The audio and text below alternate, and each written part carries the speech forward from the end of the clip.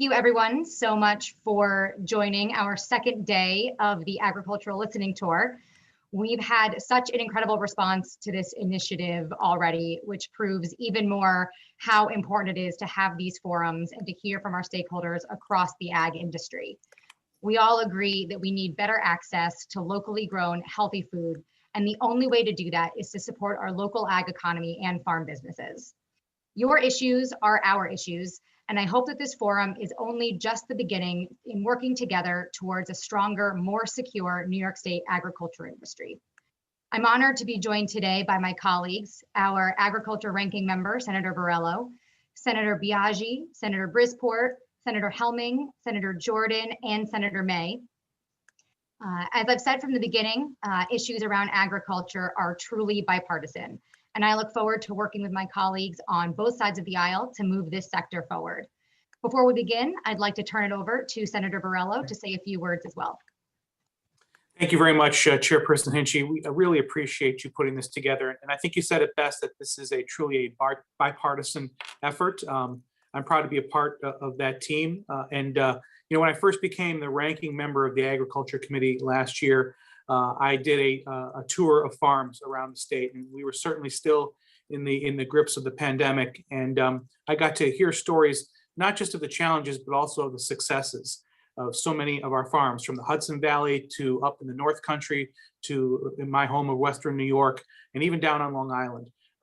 Farming is a critical component of everything that we do in New York State. It is one of the largest, if not the largest industry in New York State, employs thousands and thousands of people, and it is a critical component of ensuring our food security and ensuring as we go forward that we will have food that is safe, fresh, and local, but also that we don't ever run into the situation we ran into in the pandemic, where we had store shelves empty, food banks without food, and yet our farmers were dumping milk and letting crops rot in the fields.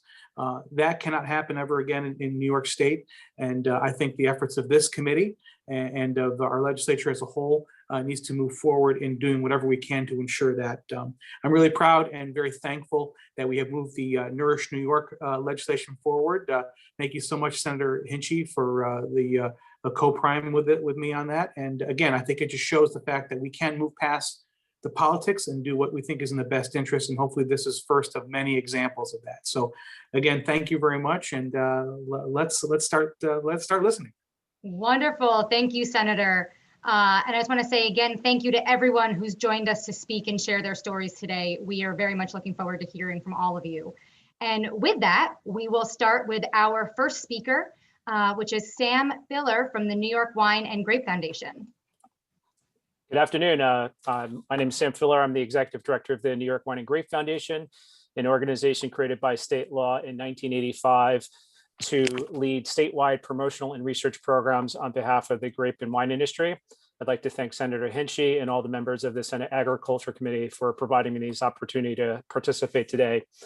The state's investment in the wine and grape industry provides sound economic returns in the form of tax revenue, jobs, and rural economic development. Since 2012, the New York wine industry has added an additional 130 new wineries for a total of 450 plus licensed wineries. The New York wine and grape industry provides good jobs across the state, directly employing as many as 72,000 people and paying $2.79 billion in direct wages.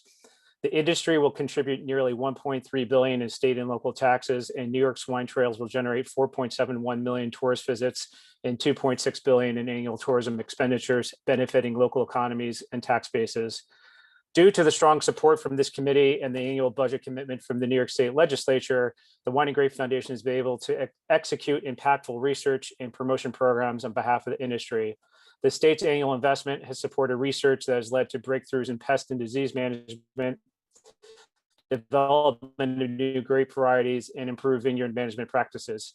And investments in promotion have attracted record number of tourists and seen establishment of the very first U.S. wine trail in 1983 on Cuba Lake to now over 18 wine trails across every region in the state today. This public-private funding partnership drives the industry's growth and makes it a major state economic engine that generates more than $6.65 billion in direct economic impact. The availability of state funds creates an important inducement to encourage private sector industry contributions that support a robust applied research program with an annual investment valued at $600,000. This current fiscal year, private sector sources have contributed $250,000 to match the state's $350,000 investment.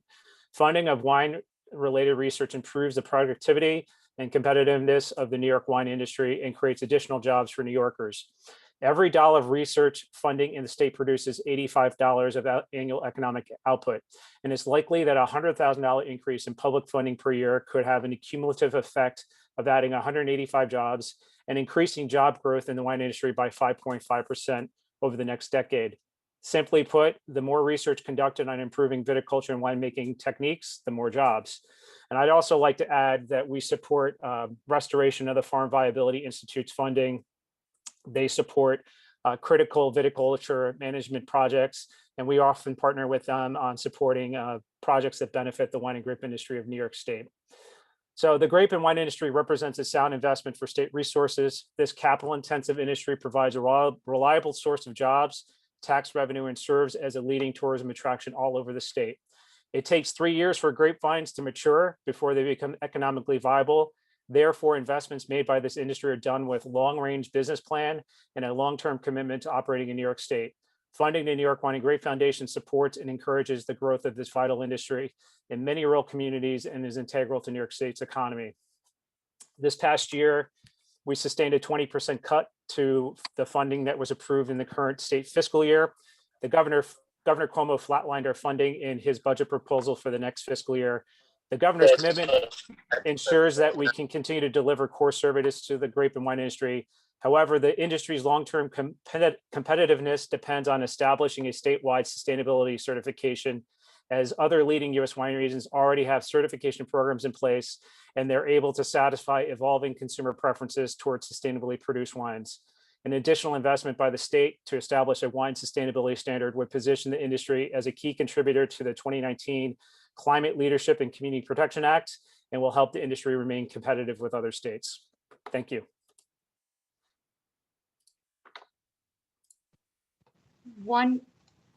Wonderful. Thank you so much, Sam. That was really informative. Appreciate it. Do we have any questions from any of our senators? Yep, Senator Burlow. Thank you. I didn't use the raise my hand feature. I apologize. But Sam, first of all, thank you for that summary. And I agree, we need to bolster this. I do have one question. First of all, I come from a family, both of my grandfathers were grape farmers, largely Concord grapes, and go back to 1985 when the Wine and Grape Foundation started, and largely the Finger Lakes wine region was in its infancy. We were still growing largely in Western New York, Concords only, and I would say Long Island was probably pretty much non-existent as far as a wine industry were to go. Now you fast forward to now, and we are growing amazing wine varietals throughout New York State, and you're seeing award-winning wines in the Finger Lakes and other areas as well. So my question to you is, with the proper funding, what can we do based on the climates and everything else? What can we do to bolster the wine varietals in New York State? Well, a good portion of our funding goes towards the research done at the Lake Erie Experiment Station, which generally helps support the Concord grape industry, but it's also an important center for innovation. So Dr. Terry Bates there is involved in some USDA grants to advance technological improvements in vineyard management. And so what is done there is actually beneficial to the whole state. So, automation in the vineyard, using different sensors, going to the theme of sustainability. The research he's doing is allowing farmers to apply less pesticides or herbicides, because based on the machines he's developing, we're able to micro-target where, those things are applied. And there's also, I don't know if you guys are aware, but USDA is funding a $70 million grape genetics facility in Geneva. And we're already, there's a grape genetics repository in Geneva that is, second only to California. So, we're positioned to be a leading state, not just for grape research in New York, but across the whole country. Well, the Lake Erie Lab is in my district, so thanks for the shout out. They're doing great work there for sure. Yep. I miss doing runs there on 5 and 20. We do one meeting there every year. So hopefully when COVID's done, I can go back. And you can walk right to 21 Bricks Winery. It's like 500 feet away. That's right. Thank you. We have a question from Senator May. Yeah, thank you. And thank you, Sam, for that presentation. I know that you hear sort of worldwide that wine production is particularly sensitive to climate change. What has been the experience in New York State of that? And is it opening more of the state to growing wine or making it harder to grow wine and grow grapes in certain places? It's definitely a combination of the two. So, grapes really depend on what are called degree growing days, which is an indication of a certain temperature range that allows the grapes to mature. So we're seeing more degree growing days, especially like on Long Island. So that helps us extend the season longer. But also coupled with that is there's more disease and pest management issues as some of those pests that were more commonly in the South begin to migrate north as the climate changes. So that just reemphasizes the need to invest in applied research. So we're able to address those threats. I can't say that spotted lanternfly per se is related to climate change, but that is a very present danger to the grape and wine industry in New York State. So, we are positioned to be competitive because, there's research been done in France where it's too dry to grow grapes now. So, it's good and bad. Thank you. Great. Sam, thank you so much. Not seeing any other questions. Thanks so much for your time today. Thank you. Have a great day. Our next speaker will be Derek Hill from the New York Association of FFA. Hi, everybody. Thanks for having us. I'm actually going to turn it over to our New York State FFA Secretary, Hannah Rose Foote, to give our presentation. Great. All right. Hello, my name is Hannah Rose Foote, and I'm here on behalf of New York FFA. FFA makes a positive difference in the lives of students by developing their potential for premier leadership, personal growth, and career success through agriculture education. Agriculture education is more important than ever before due to the challenges that we face in the coming years. By 2050, the world's population will increase from 7 billion to 9 billion. We will need to produce 100% more food than we are right now, and 70% of that food will come from efficiency-enhancing technologies. With the average age of the American farmer being in the late 50s, we need to entice younger people to pursue a career in this field. We need new ideas to help solve the challenges we face in agriculture. Today's students are truly the future of agriculture.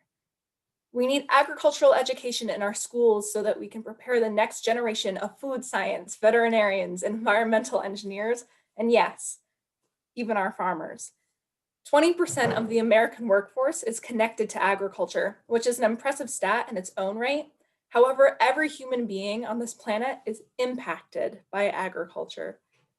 Whether that be the food they eat, the clothes they wear, or the ethanol in their gas tank, ethanol or agriculture affects them. Agriculture education and FFA will help supply the pipeline of human capital needed. An agriculturally literate society who better understands agriculture will be better prepared to write policies and make decisions. We need problem solvers, innovators, and students with employability skills. Agriculture education and FFA hit each of these marks. Although we are extremely excited about the growth we've had over the last several years, which includes adding nearly 40 new chapters and more than doubling our membership from 4,000 to nearly 9,000 members, we want to continue to broaden our horizons and diversify. We are currently in 51% of rural schools in the state, but only 7% of urban schools. There are 1.1 million students in New York City alone. These students see agriculture from a different lens, providing an extremely important perspective. We have been inspired by the interest level from our urban schools across the state that have expressed interest in starting agriculture education and FFA programs at their school. People are recognizing the need for agriculture education and FFA in schools. We look forward to meeting the needs of New York agriculture and helping to supply the skilled workforce in the industry with your support. Thank you for your time today. Mr. Hill and I are now available to answer any questions you may have. Thank you. And thank you both so much for being here. We love FFA. Can I ask you how you started in FFA? I went to FFA camp as a freshman in high school. I am not connected to agriculture. I didn't grow up on a farm or anything. And now one of my friends said I should join. And so I came back to school. I got lost on my way to the greenhouse, and I guess I haven't left since. I love it. This is, I think, the expansion of FFA programs, especially into our more urban schools, is something that I think is really important, and I think we can all probably agree upon. I want to open it up to any of my colleagues have any questions.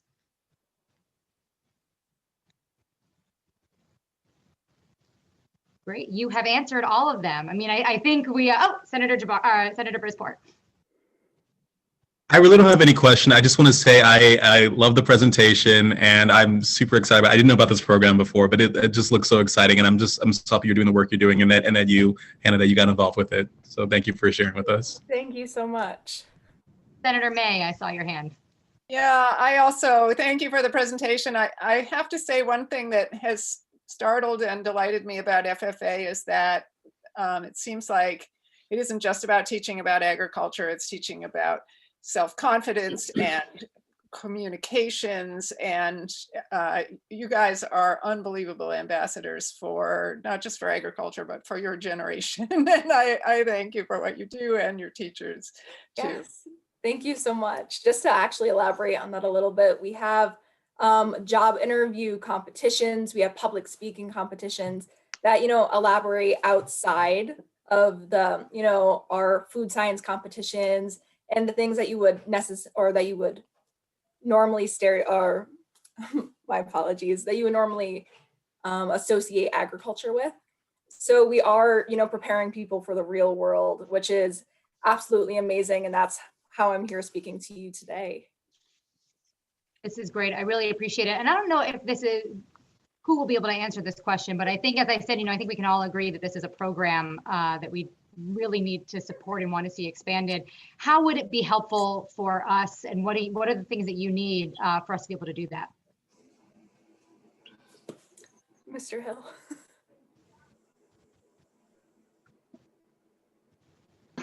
You are, can we unmute? Thank you. Normally I can unmute myself, but I wasn't able to. Well, we're very excited that our funding is level in the governor's budget, and hopefully that stays the same. We did have a request in last year that was sponsored by Assemblywoman Jamie Williams for some funds to focus on those urban centers.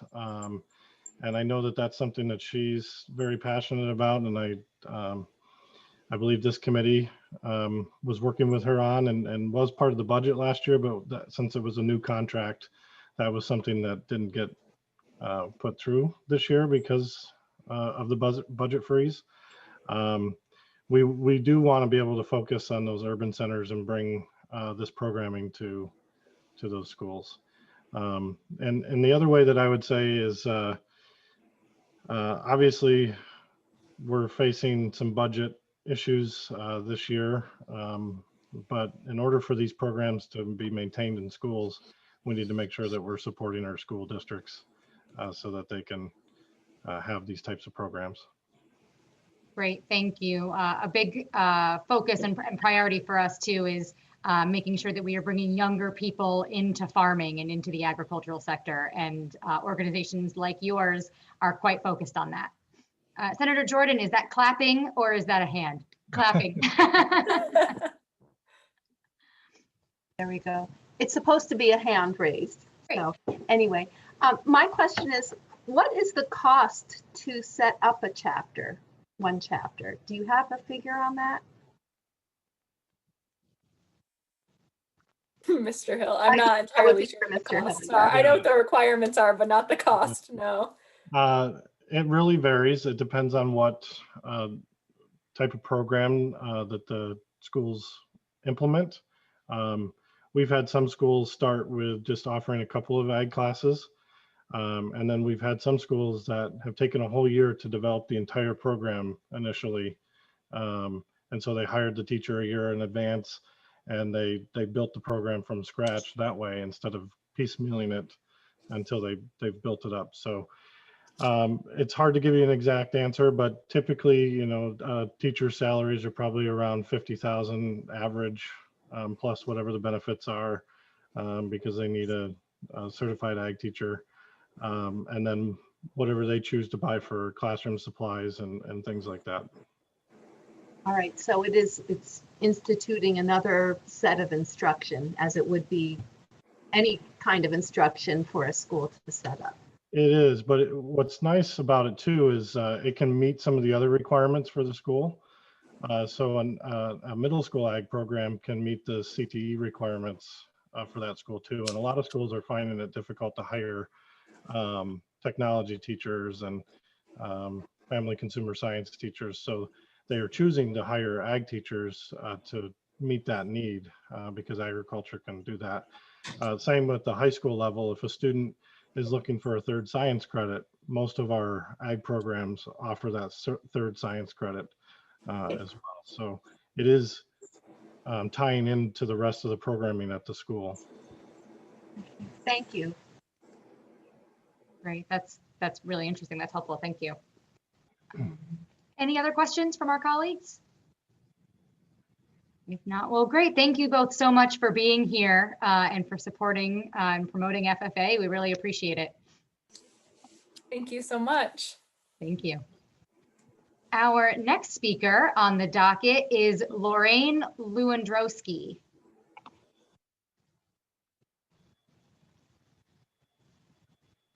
Hello, can you hear me? Yes, we can. Okay, good. I'm Lorraine Lewandowski, agricultural law attorney. I will provide informational resources, mail you copies or email you copies of reports that I reference. Views are my own, not necessarily reflecting any of my employers. Well, farmers here are asking for crumbs. The big money in New York is in a port system that is ramping up food import capacity. Danger knocked on New York's doors when the World Trade Centers went down. Hunger knocked hard on our doors during COVID, yet our food model is based on faraway sources while we throw rural communities away. Farmers have no collective bargaining rights to set our prices. A broken and antiquated milk price formula is in need of investigation. During COVID, the formula worked to extract billions from farmers. This committee must direct an investigation into the impact of milk price formula on New York dairy. You may start with Farm Bureau's work on this topic. Senator Gillibrand asked the GAO to look into impacts of cooperative consolidation. Please review the GAO report and follow up on what a dwindling number of co-ops means for New York. In financing, New York's bank portfolios are short on ag lending options and choices. Please check out Maine Harvest Federal Credit Union as a progressive model based on solely focused on small farmers and processors. All right. A cow island map shows more cows being located in ever larger farms in fewer regions. 30 to 100,000 cow farms have arisen, some in dry regions. Contrast cow islands with emptied out New York farmscapes. Cornell's report called Green Grass, Green Jobs details some 3 million acres of abandoned New York farms, mostly former grazing lands. Please check out Wisconsin Grasslands 2.0 project that promotes grass-based dairy and meat. New York equals powerful rain-fed landscapes. Make resources available for us to understand our ecosystem services better. The Institute at Bard College leads the way on natural resource inventories. I would also ask that you legalize whole milk in the schools. Make it legal for a New York State student to have a glass of fresh milk, a beautiful food from a beautiful land. Facilitate communications. We want to speak as farmers to the New York City Council and urban leaders. Why can't we have a Jacob Javits farm show like they have in Paris at the Paris Farm Show? An office for New York's farm groups in New York City, or an online hub to connect farmer speakers with urban groups who are interested. Last year, New York City residents packed a Union Square venue to screen a film on dairy farms and enjoyed New York State wine, cheese, and cider. I have a film DVD given to me by the producer for each of you. Create connections with people and the farmers between urban and rural. Rural trauma. Although you heard some presentations on rural trauma, I want to make sure you understand the extent of this. Rural New York has been viciously neglected. When farmers come to my office and tell me they feel dead, I worry. This is directed to Senator Brisport. Senator, I heard your words as you led a rally in New York City calling for New York's dairy farms to die. Your exact words, let dairy die the death it needs to die. 200 miles away, I was dealing with a woman who found her son hanging dead in the barn, too ashamed to speak of his debt. Senator Brisport, I will not forget your cruel words directed at the working farmers of this state that I know and love. Thank you. Thank you, Lorraine. I want to take a moment. We are joined by Senator Comrie as well. So thank you, Senator, for joining us today. I saw first a question from Senator Biaggi. Thank you very much. Lorraine, you said a lot of things and there's a lot to action in what you said. So I feel like there's just so much to ask you, but I'm not going to ask you everything. I just have two questions. The first one is, you said legalize milk. Whole milk, it's unlawful to serve whole milk in New York schools, well, nationally. Whole milk was removed from school lunch programs. Whole milk is really the tastiest, most satiating dairy product with good dairy fat. You can check on that. There's been petitions to restore whole milk in schools, and many people are shocked to find that it's illegal to serve whole milk in schools. Sure. But, we did have a petition signed by 30,000 people on that was sent to the administration. Under the dietary guidelines are another thing to look at, but whole milk is a wonderful product, and it is a very, our most local product in New York, Sure. 365 days a year. Can I just ask one follow-up to that question, which is, look, why is it because there's a high concentration of fat and that's why it was made illegal? Yeah, that was part of the belief of the dietary guidelines, but the dietary guidelines don't necessarily reflect current science, which is tying lean children to whole milk drinking. You know, that's one aspect of it. The fat is not very high in reality. It's standardized to 3.25%. Skim milk and 1% and 2% are not much behind that. But the thing is that dairy as a whole product provides better satiety, as they say. Sure. Children may eat less junk food, Yeah. maybe easier to digest. You know, lots of pros. So there are nutritionists who deal with all of that. But you know, the school milk is served sometimes in cartons that really it doesn't even taste that great.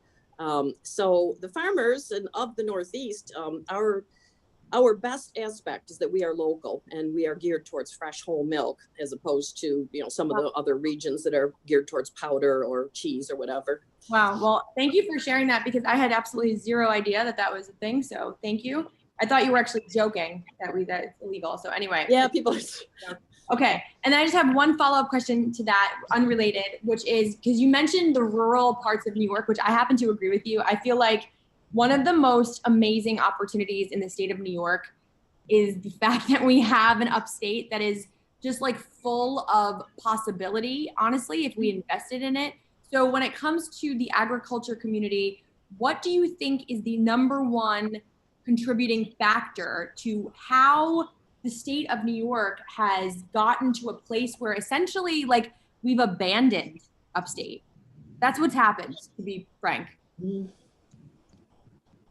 Yeah, I don't know how we came to that place politically. You know, and it's really a shame. If we were a country the size of France, we would be so proud of all of our regions. You know, I was in Paris several years ago, and people in the city love their rural areas. I know. I know. And do you think it's tied to like just lack of funding or defunding, or like is it only money related? No, I think it's maybe cultural. That's why I really would like this committee to facilitate communications with New York City. Last year, a group of us dairy farmers rented a venue on Union Square, and literally it was packed. People were, you know, just rolling in, and they wanted to learn. So I think there's a deep desire for people in the city to learn about rural New York. So I'd like to really have you guys tap into that and help us. I mean, I would like to speak with New York City Council people, especially some of those who told us how much they loathe us. I would like to find out why. Well, that aside, let me just say one final closing thing on this. I know I've taken up a good amount of time here, so I appreciate everybody being patient. I think that this is one of the most important areas, and I mean that not just because we're here, but I mean for the future of this state. One of the most important areas and one of the ways that we bridge that divide between upstate and downstate, which is not a real divide. It's not real. We are literally one state, like it is one state. Totally. And allowing children from places like the Bronx, right? Teens for Food Justice has been an amazing program in some of the high schools that I represent, but allowing children from the Bronx and inner cities to be able, even in the summers, to have as an opportunity to learn how to grow whatever it is that they want to grow, but just to understand it's an opportunity and also an option for them in their career. So I am attuned to that, and I just appreciate your feedback. Yeah, thank you. And we used to host kids from the city when we were growing up. There was a program called Farm Cadets where teens who were in trouble could come and stay on farms upstate, work, live with the family. So we had many kids like from the Bronx. So that's actually how I learned Latin dancing as a kid, because, you know, some of the kids were Puerto Rican descent. They bring their records with them. We dance after milking. Wow.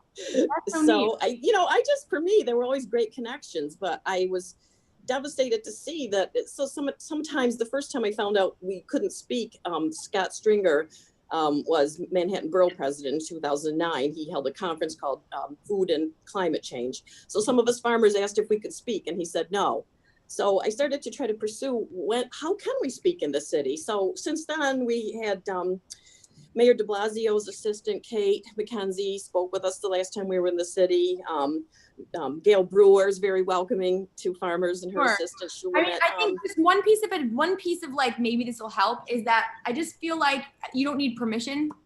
Like, I just feel like you should just come to New York City and just like host a forum, and you should just invite us there. I'm serious, actually. Like, really. Yeah. So, well, we got off the train in Grand Central. And we're like, well, where do we go? So we took the train down to Fulton Stall Farmers Market. We kind of felt like we had a home there with Bob Lewis. Sure. So, and then from there we went back up to Union Square. But, you know, most of the farmers had never been in the city, but, you know, it was great for them. And we brought students with us. Then we rented a spot at New York State or at the International Restaurant Show, and we handed out whole milk samples. And so we were the only dairy people there. But that was through Taste of New York helped us. But we really need your committee to help us with those connections, because it's a little bit daunting to get off the train and go like, well, whose door do we knock on? I think we can make sure there's a plan before you get off the train, so you know where you're going. But I like for the New York City crew here, like, I'm happy to help with that. And I frankly, like, Senator Hinchey knows I am like obsessed with solving this problem. Obsessed. Like, if I could focus like 50% of my time on this, I'm serious, I would do it. So please know that, okay? Thank you. Lorraine, we can definitely facilitate that, and we'll work on All right. And I will, I guess, email you the reports that I've cited here. Farm Bureau may be able to provide their report from their economists, and I'll mail you the DVDs for distribution to the other senators. Yep. We have a bunch more questions, actually. So and for the sake of time, if we could try to be quick, but I want to make sure, you know, you brought up a lot of things, especially as it pertains to rural New York. So we will facilitate some conversations in New York City. And I next want to turn over to Senator Brisport. Oh, great. Okay. Well, I have two quick things. Lorraine, first of all, fantastic presentation. Thank you so much. My first thing will be an apology for my poor word choice and using the word death. That is an absolute tragedy, what happened to that individual. And I'm sorry that you had to, deal with that. I take suicide very seriously. I was a former public school teacher. I would hate to imply that any person should die. I do not think the dairy industry should exist, and I actually don't think any animal agriculture should exist. So you can count me as a no vote on any whole milk in schools. I might be in the minority there, but if that comes up, I will probably be voting no. I do support workers, though. So I was really excited to hear about you mentioning collective bargaining. I'm curious if you could speak more on that and how we can assist in that. Well, there have been various, farmers have tried collective bargaining where they would work together to try to set a price. But under the current interpretation of antitrust laws, our attorneys have told us that we would definitely be sued if we try to set a price. So, it's very unfair where we could not work together for farmers to set a price. So at the federal level, we are seeing some movement on antitrust considerations, but this really needs to be strongly implemented so that farmers could have some antitrust, to have some rights using collective bargaining. And then also at the federal level, there are groups looking into the extreme consolidation that we see. So when we're average farmers, we are dealing with massive corporations. 3 or 4 companies control beef sales in New York. In fact, most of the cattle sold or beef go to Pennsylvania through Cargill or JBS. With dairy companies, they're becoming fewer and fewer and more powerful. So I think there should be, and the committee could help on this, a revitalization, I guess I would call it a re-regionalization of food production, food processing facilities. So you have smaller cheese plants, or you have vegetable processing, or where you have, so that the farmers have a choice, and there's a competition for their product, where, right now we've lost so much of the food processing in New York. There are some smaller milk brands that I love. I mean, when I go to the city, I pick up Ronnybrook milk. I go over to Chelsea Market and I go downstairs and drink milk, watching people go by. But, having all these different brands kind of reflects our regions and, and all of this. So, I would really like this committee to move towards that and making financing available and assistance towards smaller regional brands to serve our Big Apple in our other cities. Thank you. Yeah, the processing issue is one we've heard a lot about, so we understand. Senator Borrello. Thank you. I just want to, first of all, thank you for your presentation and your passion. I have a lot of dairy, particularly in my district. But, let me say this, because I think this is important. One of the things that we did the farm tour and when with Simon Tague in his district, a lot of New York City Assembly members came up and got to see working farms, and they got to learn a lot about it. And let me say this, and this is why it's important. Dairy in New York State is a very different business, as is all agriculture, than it is in other states. 90+% of our farms are family-run farms, family-owned farms. Therefore, you will see the animals treated much more humanely. If we lose those dairy farms here in New York State, if we lose those farms that are handling animals in New York State, we are going to be reliant. The demand is not going to go away in New York State, that's for sure. We're going to be reliant on those factory farms that you see in other states, the places that are used as examples as to why we should not have that type of farming, and that's wrong. Here in New York State, we have humane treatment of our animals. I've seen it. I've seen the dairy farms. All those farms, even the processing plants. So I think, to respond to that is to say, if we kill the industry in New York State, we're going to be reliant on, and we're going to be supporting farms that are far less humane than those in New York State. So, and I think that's why it's important that we understand that it's not, the demand's not going away. So why don't we ensure that in New York State, it's done properly, which also means fresher and safer foods as well. So I just wanted to make that statement. Again, thank you for being here. Thank you, Senator. And I will say we will have some farm tours. So for any of our colleagues who would like to join, we will definitely make sure you have all the information. Senator May. Yeah, thank you. Thank you, Lorraine. This is a slightly different topic, but I chair the Commission on Rural Resources. And one of the topics we want to focus on this year is legal deserts in rural areas, because lawyers are not choosing to live in and practice in rural areas. And I just wondered what your thoughts about that are, what if you have success stories to. Yeah, there are really not that many attorneys who specialize in farm type of law. So I find myself getting calls from all over the place. I know Albany Law School was trying to do a kind of a rural outreach type of work. But yeah, there is a need. The problem is, your student loans are so high, then you come back to a rural area and it's really hard to pay student loans for young attorneys. I would like to see, I could, envision some more like seminar type of things or webinar resources for attorneys in areas on dealing with farm types of issues. I have given a number of seminars through Cooperative Extension. They had a grant from some sort of program of presenting to groups of people. I did one on just basic estate planning and will generation, and 40 people came to that one. So, and then I went down to another county and did some there. So, that might be a way to kind of get information out to the larger masses of people about, basic things, contracts, land use planning, purchasing property, land ownership liabilities of farming. And then food processing, if people are trying to get into a type of food processing, food safety issues, things like that. So I guess I'm looking at, a seminar model is, through the Rural Resources Commission as being a possibility of helping with the lawyer shortage. So. Thank you. Great. And Senator Helming. Thank you, Senator Hinchey, and thank you, Lorraine, for your testimony. Just a couple of random thoughts, if you will. I think it was Senator Biaggi who asked about the challenges facing upstate farmers. Well, they're very similar to the challenges facing upstate businesses and actually businesses across the state of New York. But for farmers in particular, some of the challenges that they're facing, it's the pressure from developers, right? The cost of land and to maintain the land. Yeah, in some areas we do see that. I've got, in some of the counties, there's a sprawl that's really taking over. Land taxes can be a really huge issue with the dairy farm income being really low this year. I have a number of clients whose literally their land taxes are more than their income. So if you could imagine paying 100% of your income to pay tax on keeping land open and in agriculture or heavily forested or grasslands or whatever, when your taxes are that high, it becomes untenable. I have quite a few clients who have jobs at night or maybe a spouse who's got a job off the farm. Teachers are trophy spouses up here. You get health insurance and you get some money to help pay your taxes.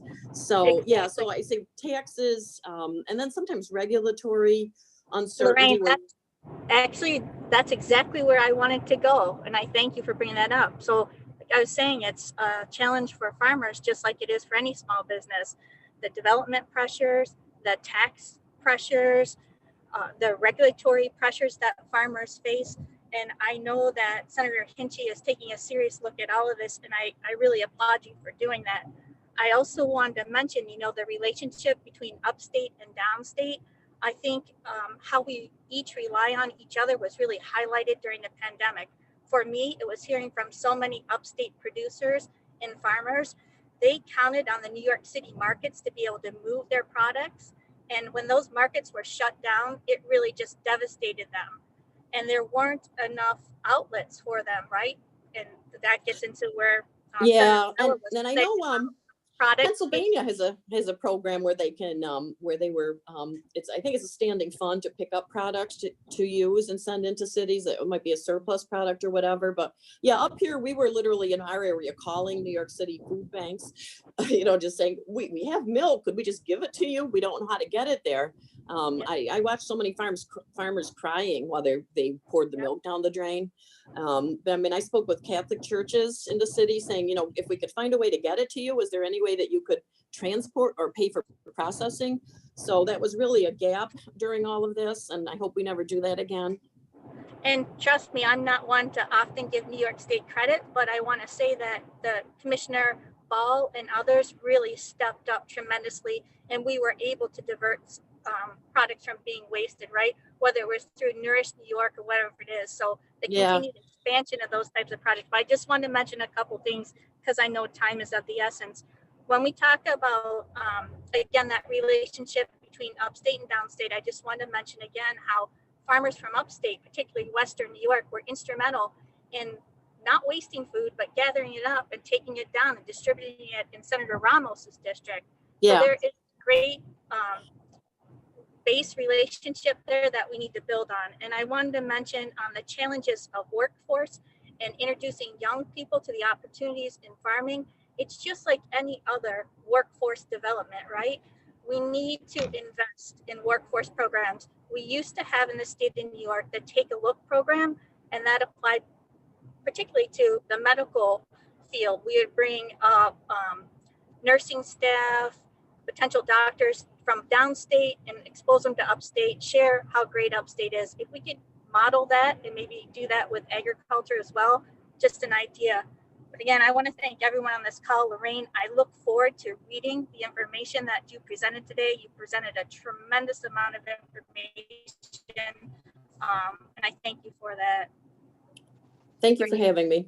And yeah, thank you, Lorraine. And just to touch on two things, you know, we know the transportation issue can be a problem. So we are working and having conversations with the chair of the Transportation Committee, Senator Kennedy, to try to strengthen transportation ties for upstate farmers into more urban areas to make sure that food can be transported.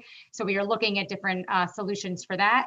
And you mentioned an online hub is needed. We're actually working on legislation to create a database of all of New York State farms to be able to connect them to restaurants and other businesses. So hopefully that will start to address that area. And I'm sure always we can update it and tweak it from there. But I want to thank you very much for joining us today. I think we've gone through nearly all the senators with questions on our call. So thank you very much for all the information. Our next speaker is going to be Todd Erling from the Hudson Valley Agribusiness Development Corporation. Good afternoon, everyone. Just give me a thumbs up if we're live and you can hear me. Thank you very much.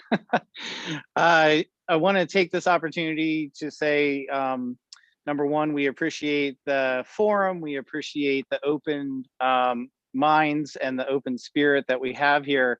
And just recognize that HVADC, Hudson Valley Agribusiness Development Corporation, comes at this as a nonprofit regional economic development agency that focuses on food and food systems, and at the heart of that, sourcing from local agriculture as economic development and with economic development tools and programs.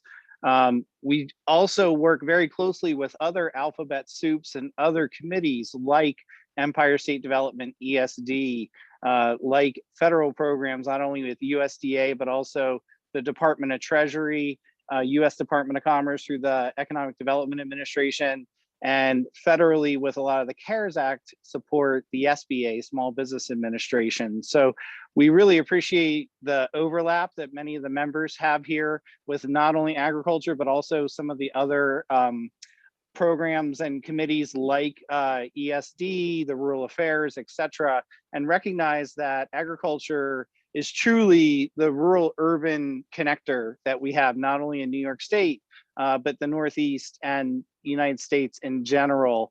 I actually had comments all written up, but in listening to everything that was happening here, I want to just focus on 3 initiatives that HVADC works on. First and foremost is the Regional Economic Development Councils that the governor started 11 years ago. I saw recently that it's included in this year's budget that we would open those back up for the CFAs, and as part of the recovery and getting back to business as usual, have the competitive rounds. I just really look at that as an opportunity to add funding from other buckets or to diversify some funding, whether it's from Empire State Development, Parks and Rec, and other buckets that we have historically, to make sure that we do address not only the food system, but also the production itself. An example of how that was done in previous rounds is the reimbursement program for the New York Grown and Certified investments that needed to occur on our farms. So I just want to reinforce the fact that I think bringing agriculture to the table and making sure that we have farm and food representation in the leadership of the REDCs. I sit on the Capital Region REDC, and I'm an original appointed member and sit on the executive committee there. Our office is in Columbia County, which puts us in the Capital Region, but we service 8 counties, and 4 of those counties in the Capital Region, 4 of those counties are in the Mid-Hudson region. The Mid-Hudson REDC embraces me and embraces our role, not as a competitor, but as a peer collaborator. And we have had overlap, even though often the councils are regionally competing with one another. We have had some really significant overlap. And I think farm and food is one of the places where the illustration happens best with that. I know we have some lineup coming up from not only Farm Viability that works across the state, but also I saw Michael Hurwitz and the New York City Green Markets program. Again, we actually have redundancy and reciprocity with that council for many of the opportunities. So REDC, please, we'd love to have you guys step up and work on buckets out of Ag Committee, but then also how they can be maybe untraditionally tied to some of the other community service and community aspects. The second thing I wanted to bring up was food security, nutrition. We heard that earlier with some of the dumping and Nourish New York. HVDC has a program that's funded through philanthropic sources called Feed HV, Feed the Hudson Valley. And it's actually a technology-based platform that's almost like an Uber for donated food. We connect farms that have viable food that isn't available for sale or marketability for one reason or another. And we match it with local food pantries, not necessarily the food bank, but the pantries on the ground. And so a farm will say, we have X number of cases of apples left over from our farmer's market. A pantry will literally raise their hand on the app and say, we could distribute those on Thursday. And then we have volunteer drivers like Uber drivers go and pick that food up and drop it off at the pantry. So it's just another opportunity where we've been filling in with some of the over supply with markets and pivoting with COVID and over demand on security and pantries. So Feed HV. And then the last thing I wanted to just talk about was our Hudson Valley Bounty Program, which is a 10-year-old program that matches chefs, restaurants, and farmers, producers. It's actually a database that's on our website. It goes across the Hudson Valley, started out with a single county, has developed to over a 10-county footprint.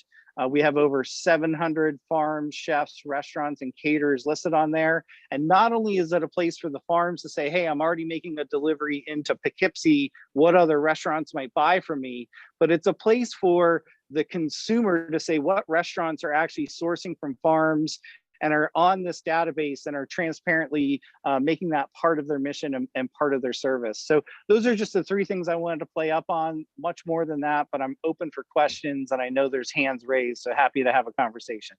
Great. And anything written comments that you change, feel free to send to us and we will circulate. So thank you. Senator Borrello.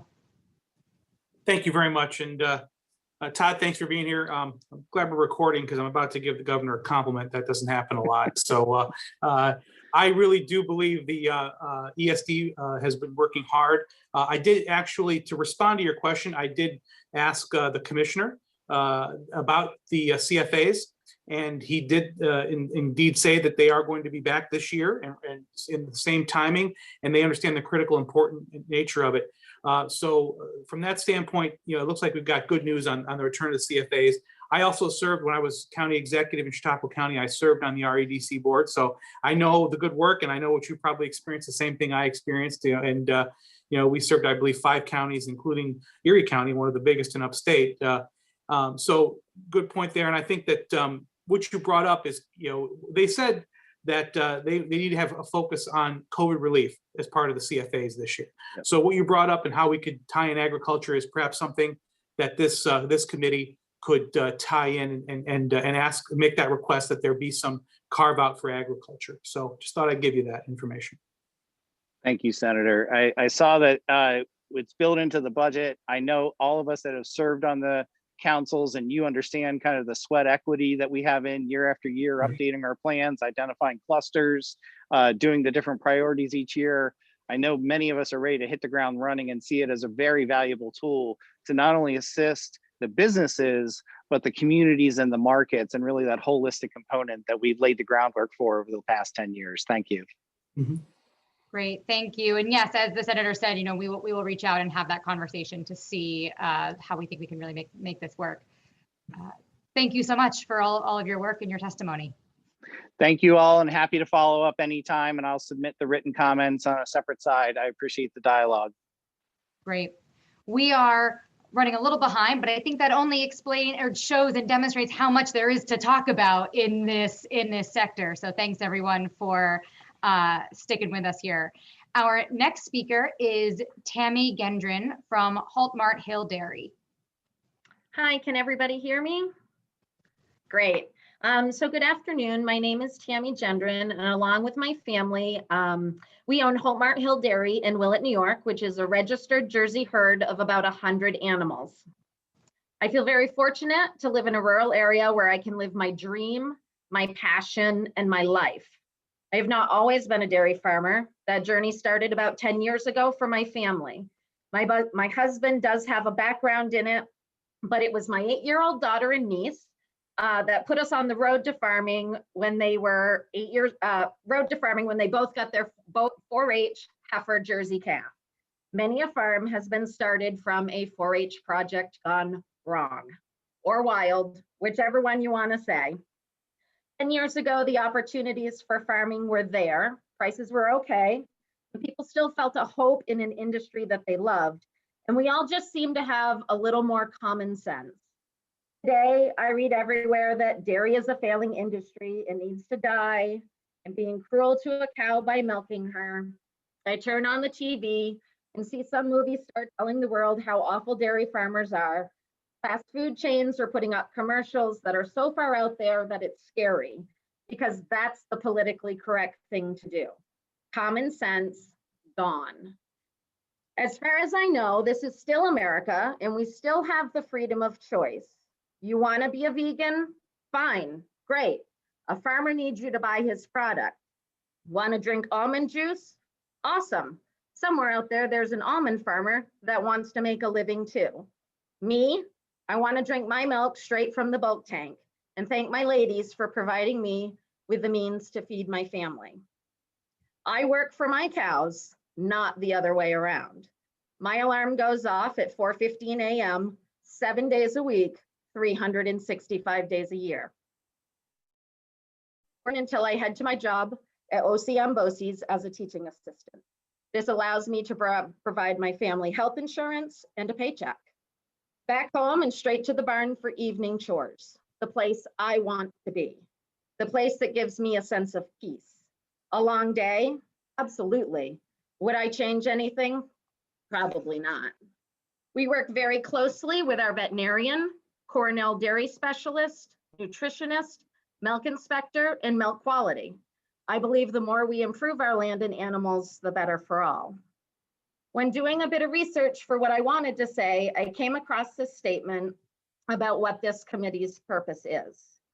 And it's this: the committee collaborates closely with institutions of higher education and other organizations to foster agriculture research and development, work with farmers and their representatives to develop policies and programs to promote the state's agricultural products, support the growth of agricultural, food, and beverage businesses, and ensure a safe food supply, including healthy livestock.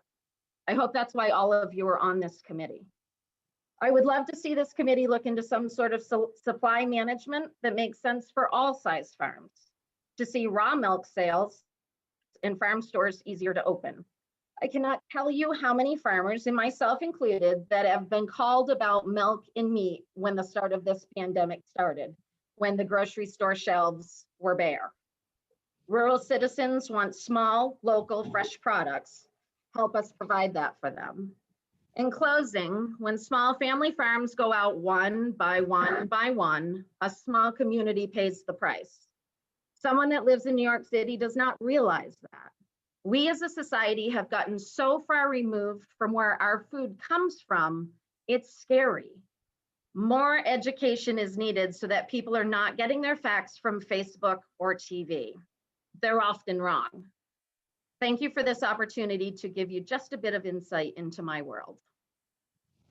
Thank you, Tammy. And I think many of the points that you bring up are exactly why we're holding this forum. You know, I'll speak for myself, but I think many of my colleagues who are on here, we recognize that we need to create stronger ties between for our farmers and the food that we create, and understanding where our food comes from, which is why we have informally, although formally, changed the name of our committee to the Agriculture and Food Committee, to very clearly connect those dots, because as you've outlined, you know, if you don't grow up necessarily around agriculture like we do, or up in New York State, it's easy to kind of think it, you know, not really connect the dots and think it's more of an ethereal thing. And so we're very committed to supporting the statement that you read and making sure that we can support our family farms. So thank you for your testimony. Thank you. Our next speaker today is Lynn Davidson from Davidson Farm. Can you hear me? Yes. Thank you so much. Yes, I've been on 2 Zoom calls this morning and Spectrum Cable decided to go down. And now I'm on my phone outside to get signal. So thanks for still joining. Broadband. The need is money, but a lot of money has been put on broadband by the federal government and the state. And I'd just like to assess not only needs of the last mile, but the accuracy of coverage maps. That seems to be a mystery. And also the whether the Public Service Commission handle the inability of municipalities to have any power to negotiate on the FCC bill with the contracts that they sign. I believe it was came to us in 1995 in different times. My example, I live in Lansing in Tompkins County. There's a university here called Cornell. And broadband in a large part of the county is sorely lacking, both in, if it has it, speed, reliability. Example, Lansing is grouping with other municipalities to hire an outside consultant to assess coverage because we have no accurate way to know what is and what isn't covered. And we also, dealing with this contract, are looking into hiring a special communications lawyer to see what more we may be able to do to have more of a say in what happens. And I do think everybody in the room understands the needs farms have, the needs our school children have. Farms are looking at sales with credit cards, kind of an imaginary idea in some places. Telehealth, and I'll put in a plug for FarmNet. You've heard from Kate. Downs with FarmNet, a large part of that is being done now with Zoom, and could continue to be more effective maybe than farm visits in the future, or more ability to communicate. Can you all still hear me? Yes. That's a marvel. So also ag equipment. We have equipment that needs to talk to the mothership once in a while. We have milkers. We have farm tractors and situation that needs to be diagnosed in an engine. We also have precision ag, which needs to talk to the world. And I don't think we're going to get into the way to solve this, but I do believe a lot of money has to be looked at to support rural broadband. I think there's a lot of aspects that need to be targeted to spend that money. It seems to disappear in 1,000 hands and not where it's needed. And that's always a mystery with money, but we'll see where that can go. So I pretty much thank you for hearing me. And I will say that Senator Helming has heard from me on installation issues. Money gets thrown at expanding, and we have have cables going across 6 feet above a cornfield, which is a bit low, and things aren't being installed to spec. So thank you very much for hearing me. Thank you. And thank you for bringing up such a critical issue. And it is unfortunately, very poetic that you are here to talk to us about the need for broadband and are having issues with it today, which I think just perfectly illustrates how critical this need is and how much we need to push it forward. I am with you, and I'm happy to talk further with you on this. We are pushing this every day, so we agree. Senator Borrello. Thank you. And that's, I just wanted to, Lynn, tell you that, we are working on this. And again, in a bipartisan effort, we just had this discussion today in an unlikely forum prior to our banks committee. Senator May was on and others. Federal Reserve? Yeah, no, not that. No, state banks. We don't have that kind of power. And the bottom line is that unfortunately, the governor's 98% coverage number is just not a real number. It's probably somewhere between 60 and 65%. Unfortunately, we've also created some obstacles at the state level that we need to remove, including some fees on laying fiber optic cable that have created those last mile issues where it's just no longer affordable for these companies to do it. So I will tell you that I'm very optimistic. We've seen a bipartisan support for the idea that the realization that that needs to be improved and improved right away. And the pandemic has exacerbated that. And as you pointed out, and I see this in the many farms that I've in my own district, the technology there requires broadband, for pretty much everything now in farming, unless you're Amish, it's pretty much you need broadband to do your farming nowadays. I think they're allowed to use it for sales. Oh, they are? Oh, that's interesting. All right, there you go. I stand corrected. So, that's there's another illustration. So, rural broadband is a major issue in New York State, and it is something that we're working on. We brought forth legislation, and like I said, I see bipartisan support to improve it as soon as possible. Thank you. Thank you. Thanks so much for joining us and talking about such an important issue. We really appreciate it. Okay, our next speaker is Rob Noble from New York Farm Viability Institute. Thank you, and thank you, senators, for having this meeting. I truly appreciate it. My name is Rob Noble. I'm a dairy farmer from Livingston County and the chair of the New York Farm Viability Institute. I joined the board in 2016 and have served on the dairy review panel since 2006.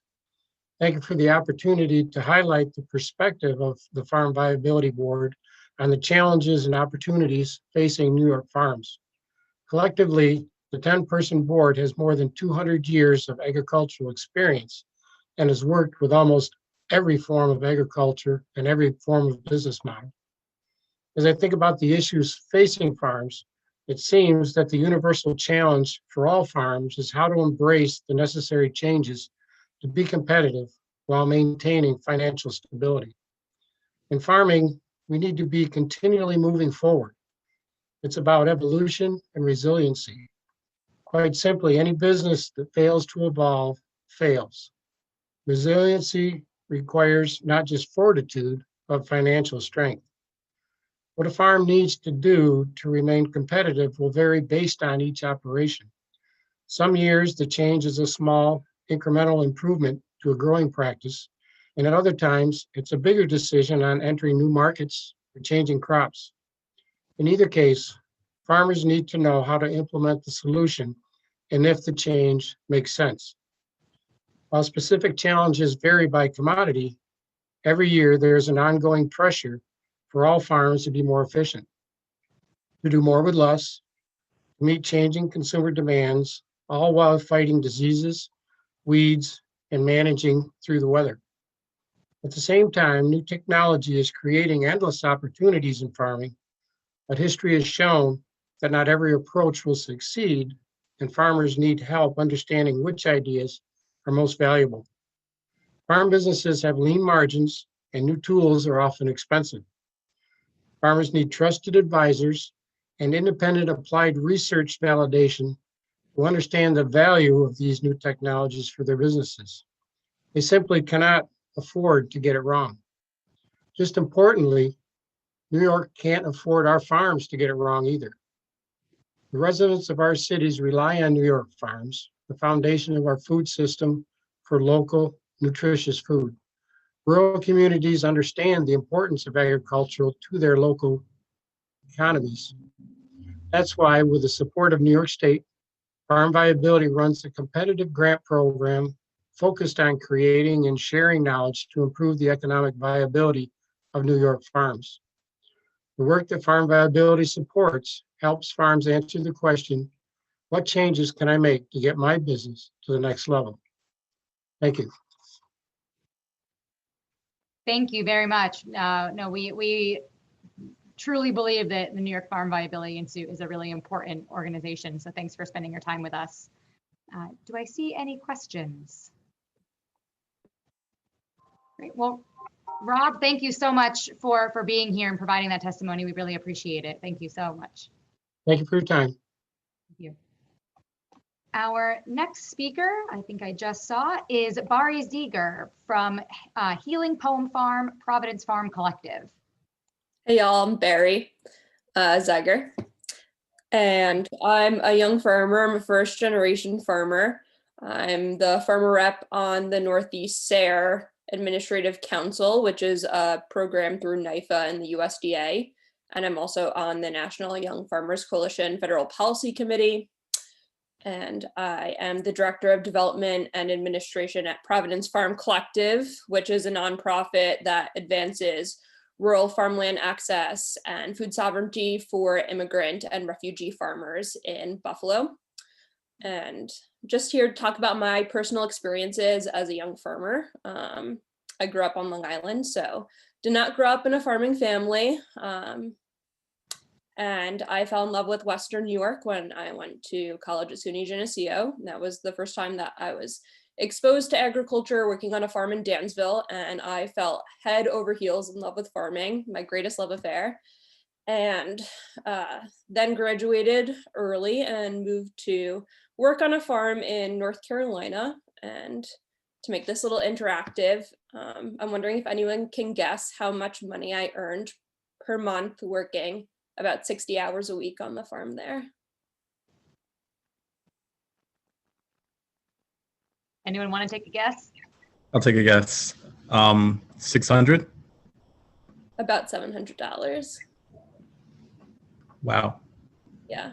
I don't know that I would have been able to pursue that opportunity had I not had the privilege of going to a state college, graduating early, having my parents help with my car payment, my cell phone payment, having health insurance, not having student debt.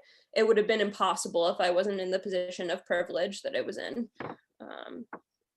And then I subsequently had another privilege of being able to manage the nonprofit farm at Frost Valley YMCA in the Catskills, where I certainly experienced a lot of broadband discrepancies and oftentimes had to walk a quarter mile to check the weather, which is not an easy feat for a farmer when frost or a storm is coming.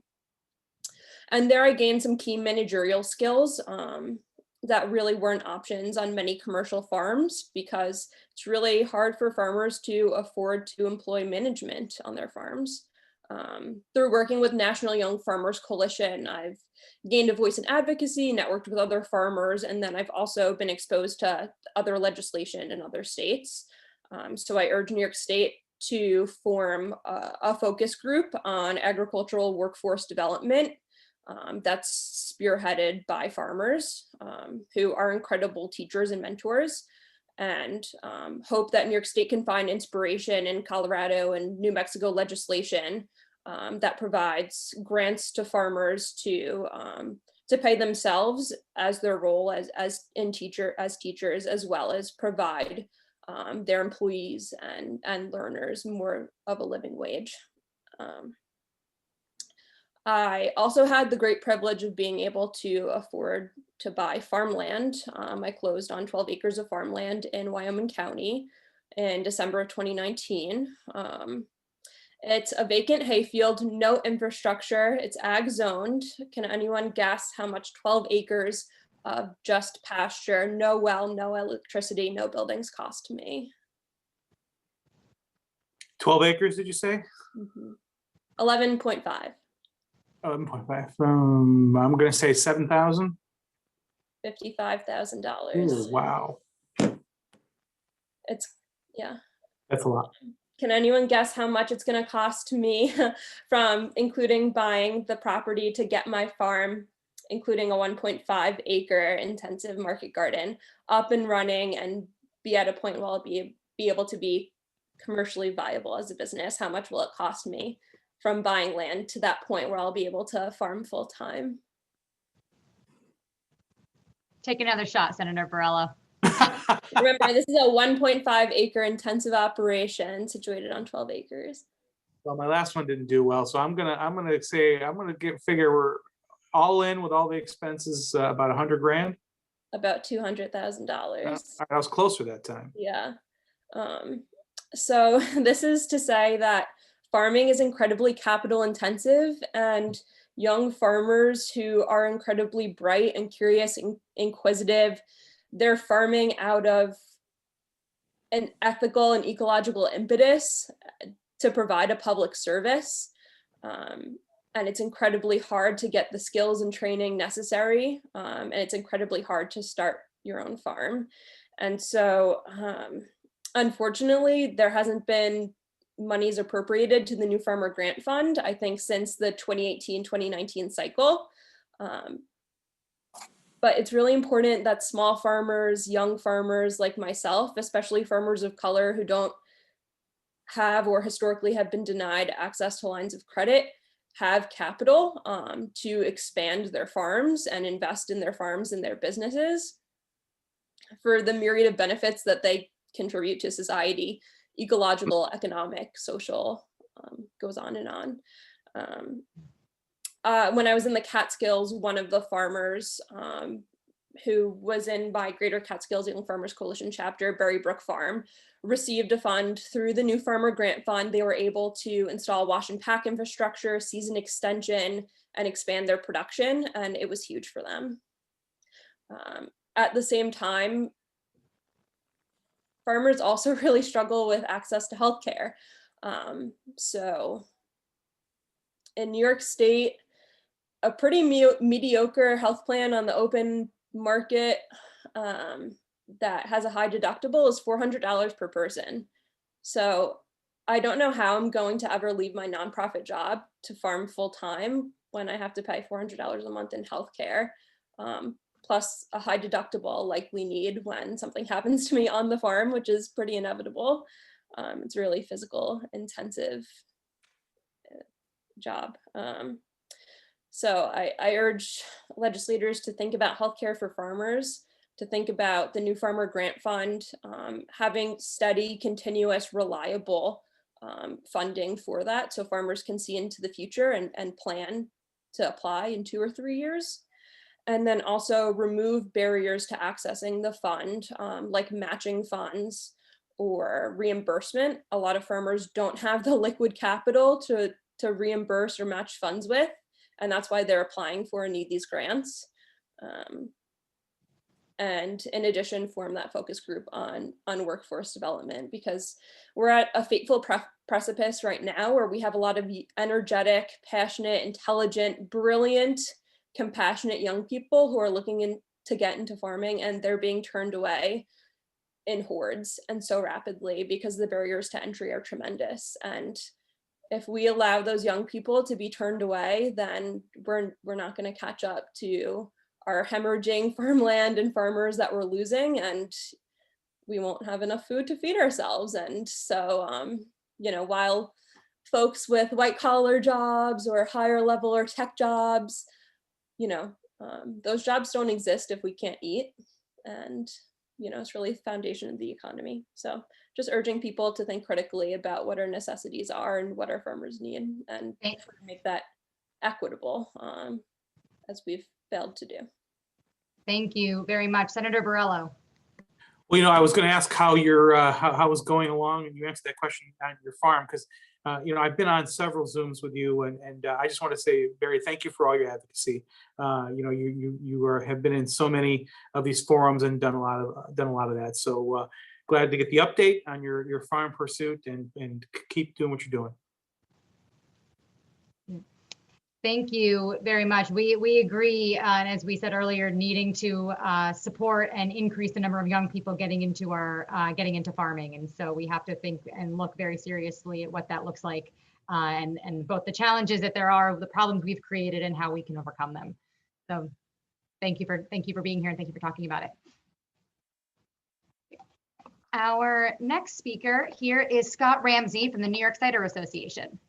Hello, Senator Hinchey. Can you hear me? Yes, we can. Excellent, excellent. Thanks so much. This is a great opportunity to hear so many different testimonies. Thank you so much for pulling this together, and thank you to all the other senators who are participating. It's great to see Senator May as well, who's been a dear friend to the Cider Association. So I'm Scott Ramsey. I'm the executive director of the New York Cider Association, and that's hard cider to be specific, here in New York State. We were founded just over about 5 years ago by Glenwood here in the Hudson Valley. And we cover all of the cider industry, of course, across New York State. And when we were founded, we had just a handful of cideries. But as you probably all are aware, the growth for the cider industry, not only across the country, but especially in New York State, has been just explosive and very exciting. So we now represent, just within 5 years, over 80 cideries, and we expect that number to continue to grow. Part of our mission is really threefold. It's really about helping to increase the agricultural economy. because cider production is a huge value add to the New York agricultural industry. That industry across the country right now is about a 1.5 billion industry, and we want to see New York State take a bigger share of that and increase the price command of New York's cash apple crop. We also provide research and educational resources for our membership that are great for New York, but are world-class. I mean, those resources that we provide, especially in relationship and in partnership with Cornell and folks like at the Farm Viability Institute, we have some great resources around cider production and apple growing that we actually are able to share across the country, and other people around the world use those resources as well. So that's very exciting. And ultimately, we just want to expand the opportunities for employment by growing the market and adding direct and indirect agricultural jobs through manufacturing opportunities and also agritourism. We see a huge opportunity in the agritourism space. So just a little bit of trivia, New York State now ranks first in the United States for the number of hard cider producers. And like I said, we just expect that number to continue to grow. We're excited about that. We want to be the front runner in the national cider landscape in terms of quality of production and excellence. And when people think about New York cider, we want them to think of a locally grown product that is made with 100% New York apples. Best apples in the world creates the best cider in the world, right? So we're very excited about that opportunity that's ahead of us. And, you know, we just think that it's a great time to bring some energy and enthusiasm to the craft beverage space. We're new to this table, and so we really appreciate you having us here. And I just open up the floor for any questions. I see Senator May has a question, actually. Yeah, thank you. And thanks for being here. You know, I represent Beacon Skiff and a lot of good cider apple growing land. And I have been working on trying to elevate cider to on a par with beer and wine production in the state, in the sense of interstate and interstate direct shipments, and also adding it to the bottle bill so that it's all, you know, like, so that we're taking it just as seriously as we're taking the other beverages. And I just wondered what your thoughts were and if there were other things that need to be done to make that happen. Yes, no, absolutely. And first of all, thank you so much for all that support. It's tremendous, and we're so appreciative. You know, right now, what we're really thinking a lot about and what's keeping me awake at night is the potential for some of these executive orders to expire. I know there's consideration around rolling back some of Governor Cuomo's executive powers. And if those orders expire, you know, included in those orders has been the allowance for shipment and delivery and open area expansion for our cideries. So shipment and delivery has been something, as you well know, Senator May, that's not been possible. And that's certainly what your bill is covering. And we're certainly hoping to see some progress on that this year. But before we get there, you know, we would love to see that language in the executive orders codified into the budget. I recognize that is probably an outlier of a scenario, but we're very, very nervous. These things have been a huge lifeline for all of our members and for our industry in the state. And if those things go away, we're just very concerned about what that turn will be. As you can imagine, you know, these executive orders have been on a 30-day sort of turnaround. So every 30 days they get extended further. And again, they've been a lifeline, but it's meant that many of our cideries in the industry has really shifted our business models to allow for that and to keep them alive. So we're concerned about that. So I would say that's sort of top of mind for me right now and seeing what's possible in that space. Great, thank you. Great, Senator Bridgeport.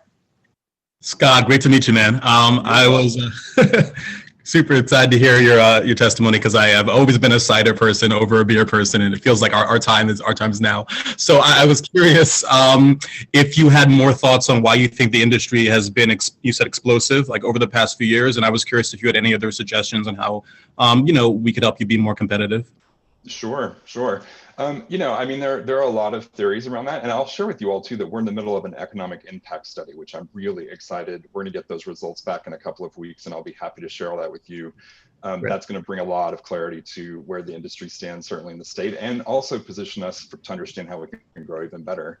I think, you know, as far as there's a lot of great stories to be had over a glass of cider around prohibitionary laws and that sort of shutting down the cider industry and how it sort of trailed its way back. You know, and personally, I'm a little bit biased, but I think the fact that it is so locally grown, you're never that far away from, you know, if you're drinking a New York cider, you're never that far away from the person who actually put their heart and soul into making that beverage. I think that's a great story that people are really responding to. So yeah, so I just think it's sort of those elements. And again, you know, once I get that data, I'll be happy to share it, and that will really help to solidify where we can go. Thank you. We would love to see that. So if you could send that over to us, we will happily circulate it to the committee. That'll be great. I'll be happy to. And I would also say, Senator Hinchey, if you're organizing some of those farm tours, I would love to have you come out to one of our orchards. They're beautiful, they're wonderful, and we would love to have you. So I'm happy to help organize that. Absolutely. We would love to do that. So we will connect with you separately on that to make sure that you're included. Excellent. Great. Thank you As so long as much. there's taste testing included. Oh, of course. Yeah, Absolutely. I'm about to call Senator Rivera and like do some product placement because I have this some cider. I'm not drinking. I'm with this for after work. My district, sorry. Come up and tour them in my district. I did want to let Senator Hinchey know that my staff set up a actual cider day in the Capitol. We weren't able to do it last year, but we did it the year before. There's always been a wine tasting day, and we decided that we should have a cider one too. So that's we definitely can't wait to reopen that. Yes, cannot wait for that. Wonderful. We'll be there. Great. Thank you so much. Scott, thank you so much for joining. Our next speaker today is Janine Rains from R&W Farm. Hello, thank you for having me today. Thanks for being here. Thank you. So we're in Ulster County, second generation farm with a combined total of 55 years. We produce hay and livestock. And some of the biggest issues right now we are being faced with is the agritourism laws that are not equal for all farmers in New York State. It's only applying to a select few, and most of them are fairly new to the industry, as you've just heard from the Cider Association.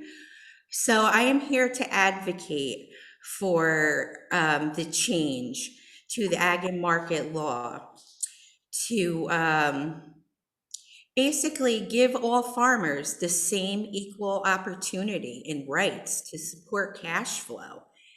You know, we're struggling with high property tax, high electricity rates, insurance premiums, climate, lack of processing.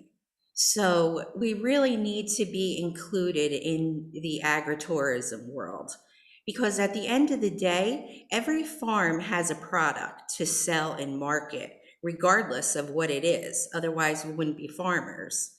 So there needs to be some changes, because without that change, we are losing our right to farm, and we are being subject to restrictive zoning laws.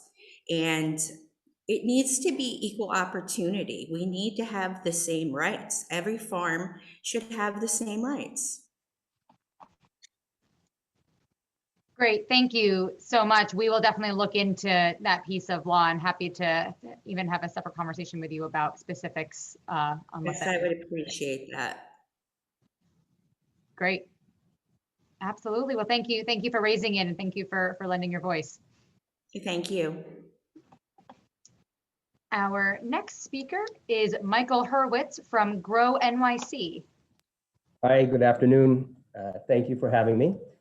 Like Todd, after Lorraine presented, I thought about ripping up what I had written and going off the cuff, but I think I'll do a little bit of both. But I do want to point out, I think I'm one of two with Ms. Karen Washington, who is here in the city, and want to talk that there is a robust marketplace in the city with people who care deeply about where their food comes from, know where their food comes from, and really want us to make these connections.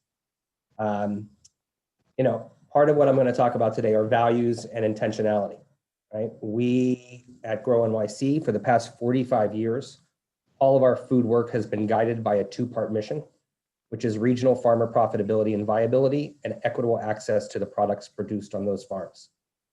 Our farmers are our partners. They're not irreplaceable, or they're not replaceable cogs along a supply chain. They are our partners and they are our priority, whether it's on our wholesale or whether it's in our retail. And in terms of intentionality, we believe that equitable access begins with availability. And our food access sites are situated through the diversity of the 5 boroughs. Over 50% are in communities with household incomes that are less than the median for New York City. Whether it's our 50 retail green markets, our 20+ farm stands and food boxes, our wholesale arm, and most recently, our emergency food box program. All of these locations were impacted by COVID, but we only closed for 2 days so that we could reconfigure and ensure that we could provide the safest opportunities in the retail sector for New Yorkers to purchase their groceries. We are grateful for the support received from the city and the state to ensure those operations to be deemed essential and provide a vital lifeline for our over 240 participating producers and the communities that are sustained by them. Our sites are crucial examples of why local, decentralized supply chains are vital to a resilient food system. Our grain stand sales increased over 300%. Our grocery shelves lacked flour. Moreover, our location saw a 50% increase in SNAP in 2020, due both to new hunger as well as through pandemic EBT, which we think should be expanded as a model to both address hunger and to sustain our local economy. SNAP is the ultimate small business stimulus, and whether it's 79 cents or 81 cents in the USDA, it has a regional multiplier impact on our economy. We need to put money into people's pockets so that they can support local businesses in their communities and throughout the state and larger region. Prior to 2020, Grow Nyc's emergency food program consisted of our retail sites donating over £1 million annually to local emergency food partners and our wholesale arm selling to those same parties. But last March, that all changed with the explosion in new hunger that accompanied the shuttering of our economy, particularly for our neighbors working in the food sector, many of whom do not qualify for federal protections. Availability doesn't matter if one doesn't have the means to purchase what is present. So we began working with Commissioner Garcia and the Department of Sanitation and 27 community partners in the neighborhoods most impacted by COVID in terms of health and economy, and launched our emergency fresh food box program. Senator Burrell, I want to thank you because you came to my neighborhood, to Jackson Heights, with Assemblymember Cruz, and saw the new immigrant community empowerment folks handing out food that was supplied by Upstate growers and packers and Russo Produce. Because it was that same intentionality that we said, we're going to take the money that we're getting from DSNY and then subsequently in rounds 1 and 2 through the USDA Farm to Families program, and to date have funneled about $3.5 million to New York State farms and farm businesses, an additional $400,000 through Nourish.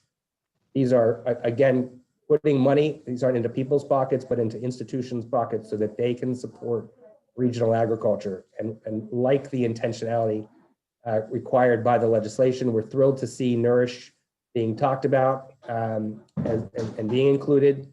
We'd like to see Nourish being expanded to other nonprofits that are community-based, that are not part of the emergency food system, but are providing vital food access in their communities.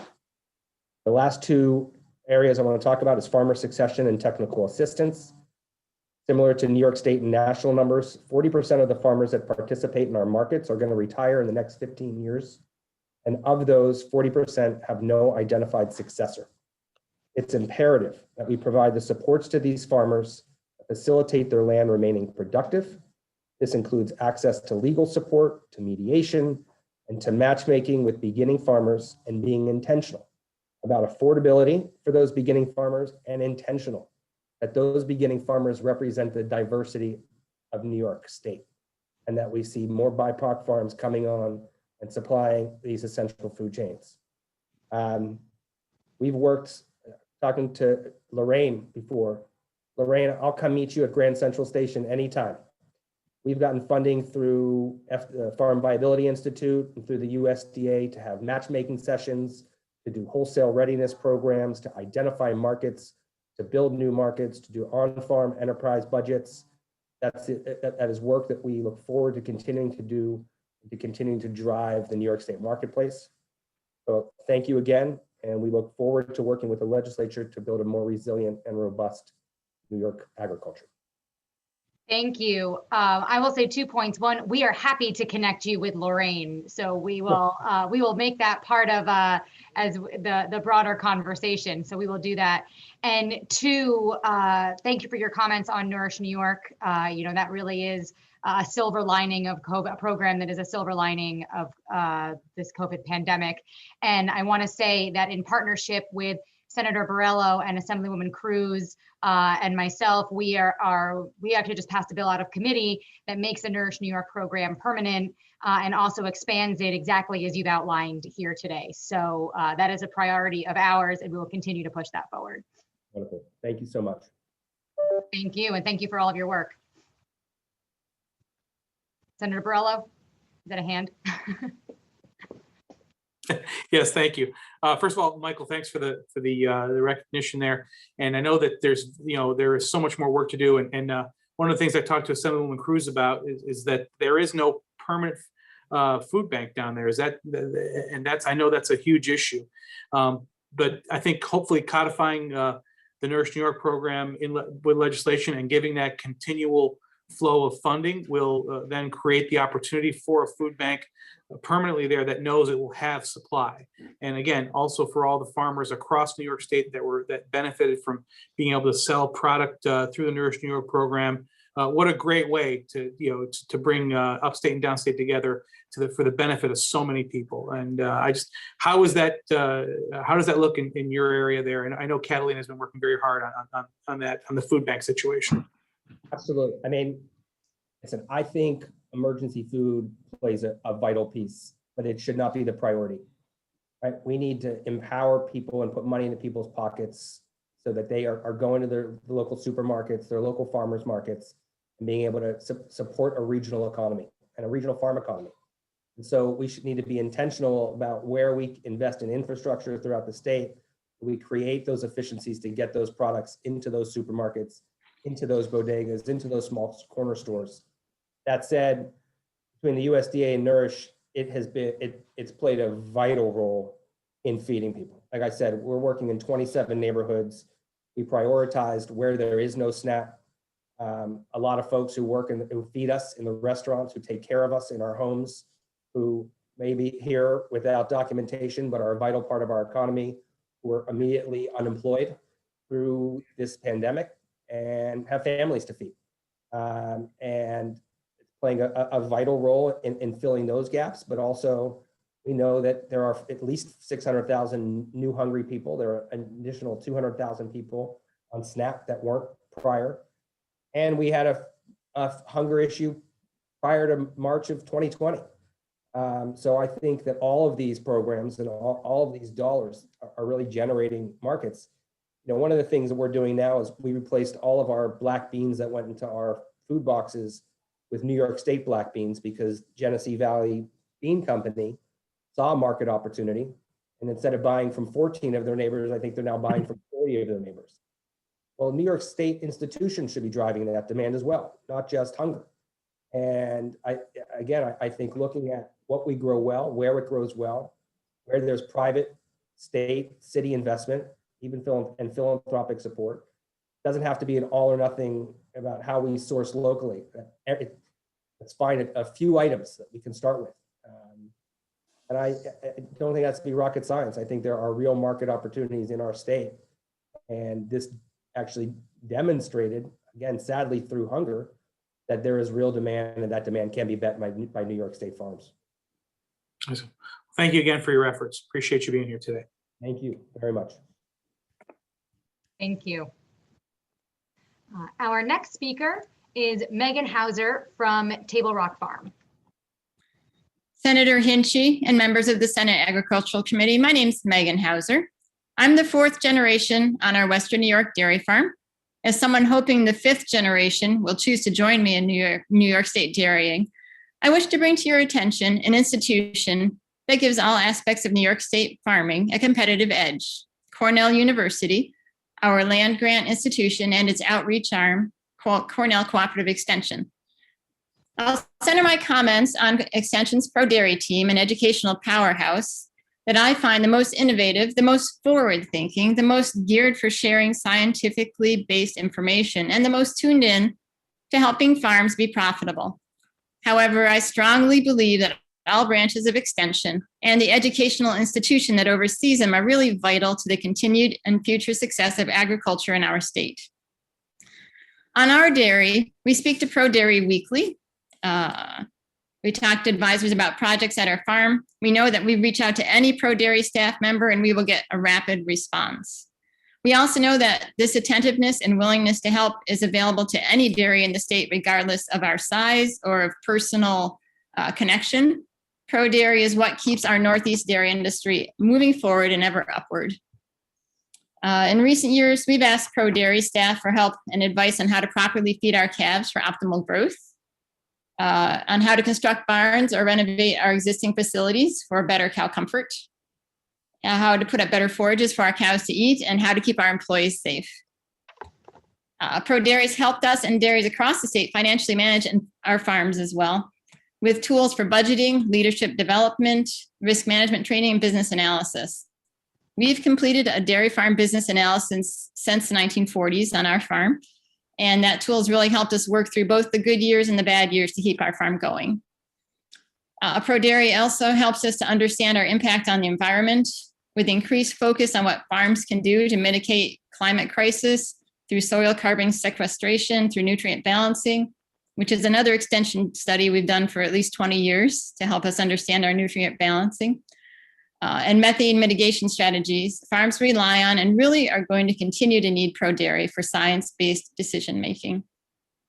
Most importantly, Pro Dairy does the work that others overlook, neglect, or don't have the financial reason to pursue.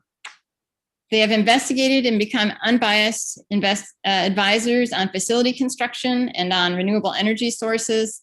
They have worked with the DEC and with environmental groups to explain farm best nutrient practices and how these practices actually work in the field. They have organized and hold training classes for our farm team at all levels of agricultural experience. So their work is not solely composed of academic investigations. Rather, the impartial information that Pro Dairy provides is really vital to the decisions we're making every day on our farm.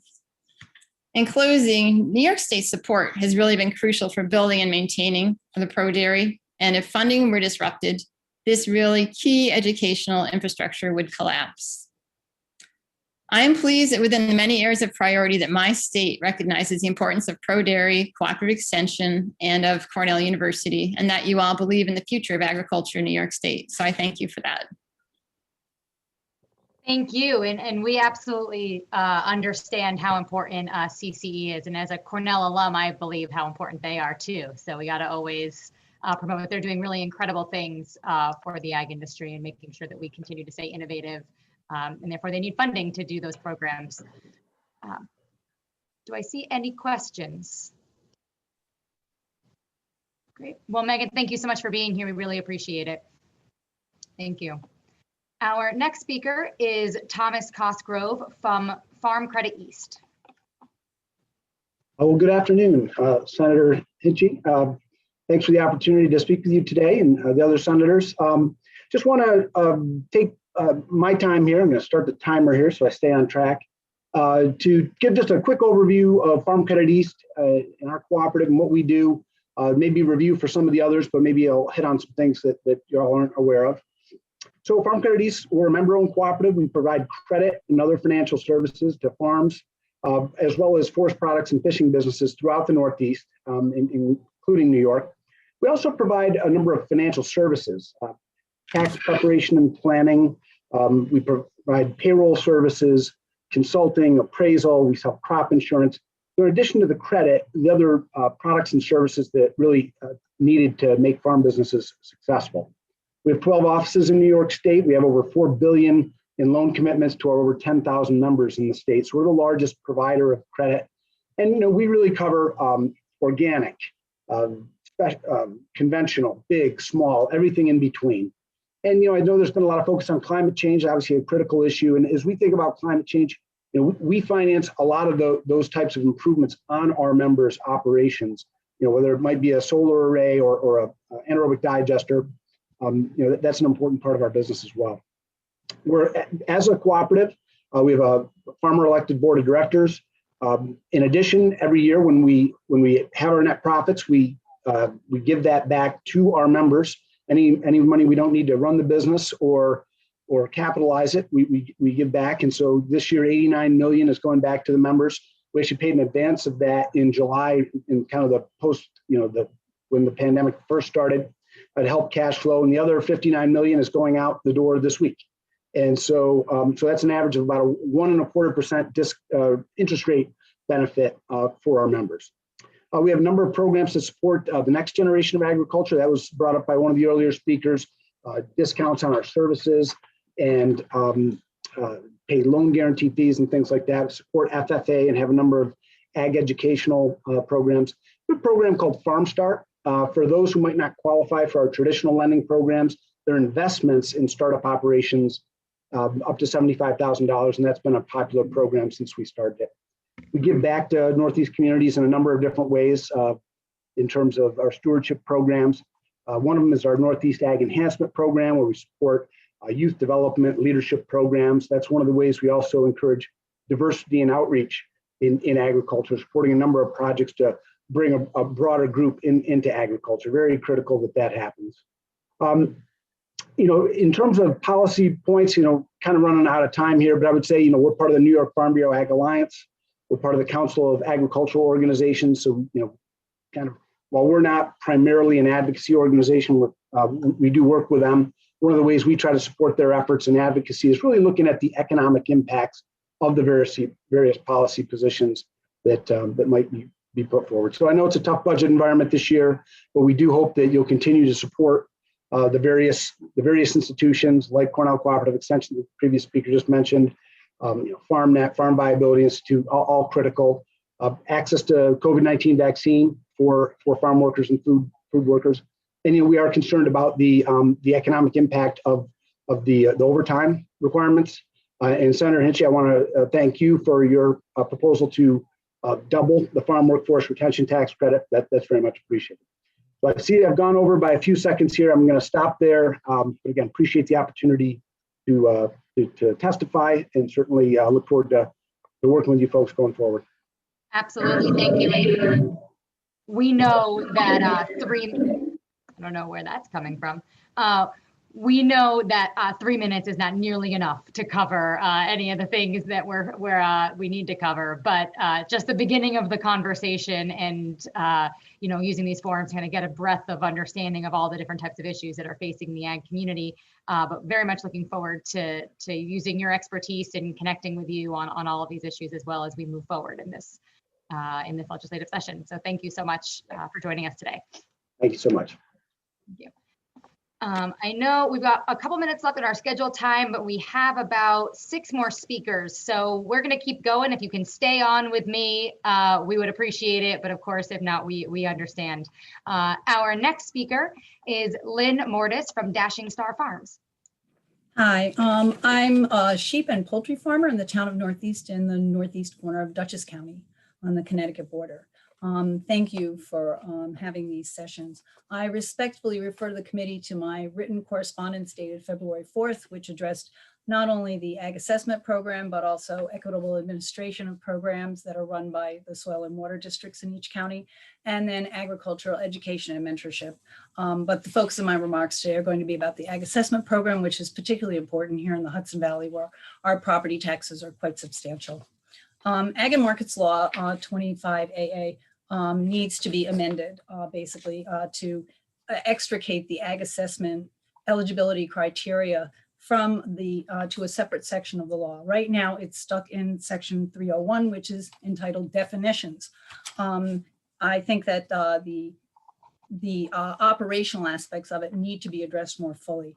Right now there are terms included in those sections that talk about lands that are used by a single operation being used in various ways and have various restrictions. The law's been amended 3 times fairly recently. Right now, the lands in a single operation need to be aggregated for the application of the eligibility criteria and also for the income requirements related to the eligibility. There's nothing in the current statutes that suggests otherwise, really. but it's inconsistent in the way the terminology is used right now. The terms used, they do refer to lands used by a single operation, is the way that the land use is referred to throughout the law. But unfortunately, some assessors are using the word parcel to substitute for the lands. And this becomes a problem. This becomes a particular problem where you have farmers who have no real home base because they don't own land, particularly younger farmers. They, unlike the young woman who was able to spend an extraordinary amount of money to purchase acreage in Wyoming County, I don't think you'd be able to touch acreage for even twice that amount in the Hudson Valley. And certainly most young farmers don't have the wherewithal to afford to buy land. So many of them are just leasing very small parcels wherever they can get them. And then the problem is that the assessor's not aggregating those parcels as the single operation. So there's no relief on the taxes. So there's less of an incentive for the landowners to allow the use of that land for younger farmers in particular, or people who are older and more experienced for that matter, without charging them quite a bit of rent. Because if they get the tax break on the land, they're inclined to pass that along to the person utilizing the land. As you're all aware, our Constitution in New York State does absolutely state that the primary use of land is for agriculture. That is supposed to take precedence over every other land use in the state of New York. And in order to keep it that way, we really need to think about how we're applying the current statutes as included in ag and markets law. Right now, an assessor could rely on different subsections of that section 301 to determine that rented parcels, for example, would have to be at least 7 acres in order to be eligible at all. That would be section 301B. Section 301F says eligibility is contingent on the income used by the operation utilizing acreage. And then there's another section which was added later on, section H of 301, which says for new farmers, land owned or rented can be eligible so long as the income criteria are met for that particular, whether it's 7 acres, you have $10,000 in income, less than 7 acres, $50,000 in income. But let's face it, a young farmer who's renting 5 acres, are they going to be able to make $50,000 in their first or second year? Not during COVID, probably. But at the same time, even considering that, you look at the eligibility criteria, you've got second homeowners in the Hudson Valley who own massive amounts of acreage, and they will qualify their acreage for the assessment program by leasing it to one person who might take 1 cut of hay from all that acreage. So hundreds of acres will qualify based on $10,000 in income, yet you have smaller parcels that are being farmed very intensively that aren't going to qualify at all. And there's a great deal of disparity in terms of how assessors look at the criteria in those definitions. And it's from town to town, it differs remarkably on how it's interpreted. The assessor's manual is very vague, simply because it's not really been updated by ORPS to correspond to the changes in ag and markets law. But really these inconsistencies regarding the acreage, regarding aggregation of acreage, really need to be looked at very carefully. Jonathan Brown from Pace University Law School has been very aggressively looking at this and advocating for farmers around the state. There's another issue that's come up because farms very often are not held in the name of the farmer. They're held as LLCs. This is, most people are doing business this way for liability concerns. And assessors require leases if the acreage that's being utilized and the farmer aren't in the same name. This becomes a bit of a problem where the entity is essentially the same because the farmer is the member of their LLC. That should not have to be applied. You shouldn't have to lease your farmland to yourself, to your own LLC. Similarly, farmers are precluded from entering into life estate trusts with their land because of the same issue. And certainly if life estate trusts, which a lot of farmers need to use as a planning purposes, estate planning purposes, especially if they're going to be turning over their farmlands to the next generation, then certainly the beneficiary of that life estate trust should be considered to be not have to have a lease if they're the same entity as the person who owns the farm operation. So these are things, you know, that have to reflect the reality of how people do business today. When those statutes were written, people didn't ordinarily have LLCs. A lot of people had S corporations, which was very different and not as beneficial to the farmers, certainly. But now people do operate with LLCs for a lot of things. Finally, I'm going to diverge on another issue because since I submitted my written communication to your committee, I became aware of Assembly Bill 4611, which has been proposed to ban shipping of any animals, including poultry, in New York State, which would be devastating to the poultry industry in New York State. We do not have hatcheries within drivable distance where we can purchase the specific breeds that we need for our operations, a lot of us. Hatcheries are unique types of operations, and there are very few of them. Most of them are located in the Midwest. We have to rely on the U.S. Postal Service, which is the only carrier that transports baby chicks. Right now, we've got a problem with them anyway, because the Postal Service now has an embargo on that, which certainly Congressman Delgado's been hearing a lot about that from his constituents recently. I'm certainly hoping that the embargo is lifted by the time my first shipment comes, because I buy 250 to 350 chicks a year, which I raise up for my egg laying operation. And I also do sell some pullets to other people who like to have their own small flocks. But I would urge you to oppose that particular legislation because it would be devastating to people who are involved in the poultry industry in this state. Thank you, Lynn. In regards to the last bill, I don't think there's a version of it in the Senate. I haven't heard about it, but appreciate you flagging it for us and bringing it up. And we will definitely, I can speak for myself, look into some of the issues that you brought up at the beginning, and we'd be happy to have a more in-depth conversation with you about the specific issues that you're seeing. Thank you very much. Great. Thank you for being here. Our next speaker is Karen Washington from Rise and Root Farm. Good afternoon, senators. Thanks for having me. My name is Karen Washington. I tell people I'm a farmer and I'm an activist. I've been growing food for over 30 years. My roots started as a community gardener in the Bronx in 1988. I saw firsthand the inequity of an industrial food system, dumping process of junk food, fast food, Figure out how to do that into low-income communities. I have seen, as a consequence, diet-related diseases, hunger, poverty, plaguing my community. Since then, I've become an advocate and activist for change to happen in the food system. Here we are decades later, only to witness that things have not changed, but gotten worse. In 2014, I started a farm upstate in Chester, New York with my friends called Rise and Root Farm. We have 3 acres of land in the Black Dirt region. I, along with my partners, were thrilled to be growing food to help feed underserved communities, as well as making a living wage. However, customers in my communities of color would always ask, where are the farmers who look like me? I too will ask the same question.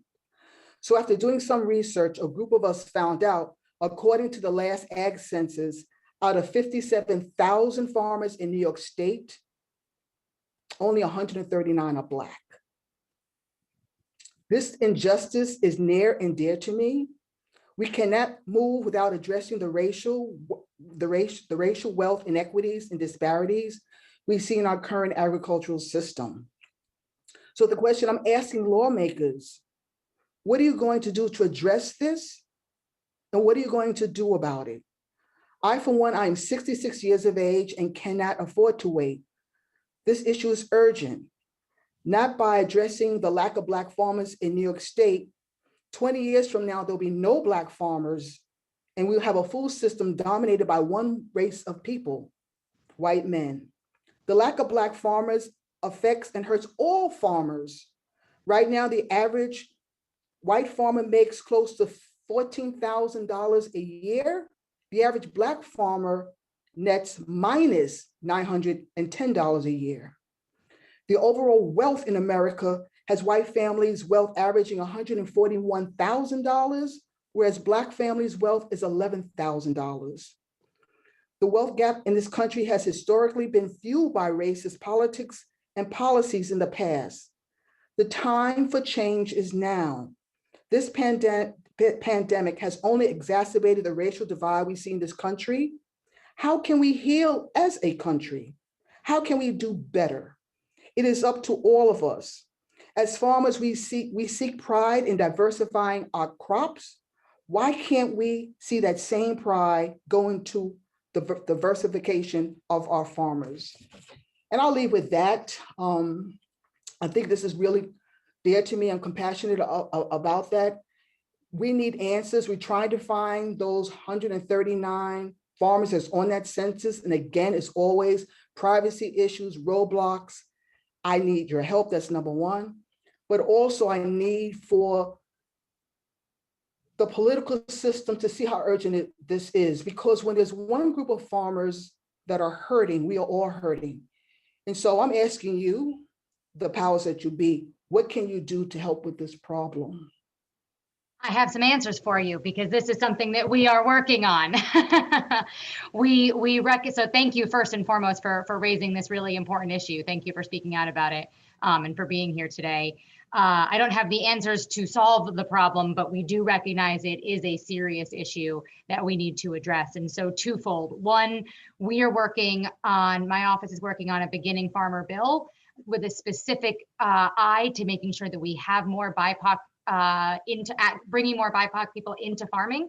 So we would love to share this bill. We've worked with a lot of different organizations to get their eyes on it and to look at it. We'd love to have your input on it as well to make sure that it's addressing some of the issues that you have seen. We're also working on a hearing on this issue in collaboration with some of our other senators, Senator Ramos and Senator Prasad, which is a food justice hearing talking about, again, specifically adding more diversity into the farming community. So we are, again, we have not remotely solved this issue, but we are focusing and trying to focus on how we can make this better. Thank you. You know how to reach me. We definitely will. You'll hear from us, and we'll happy to share the bill with you.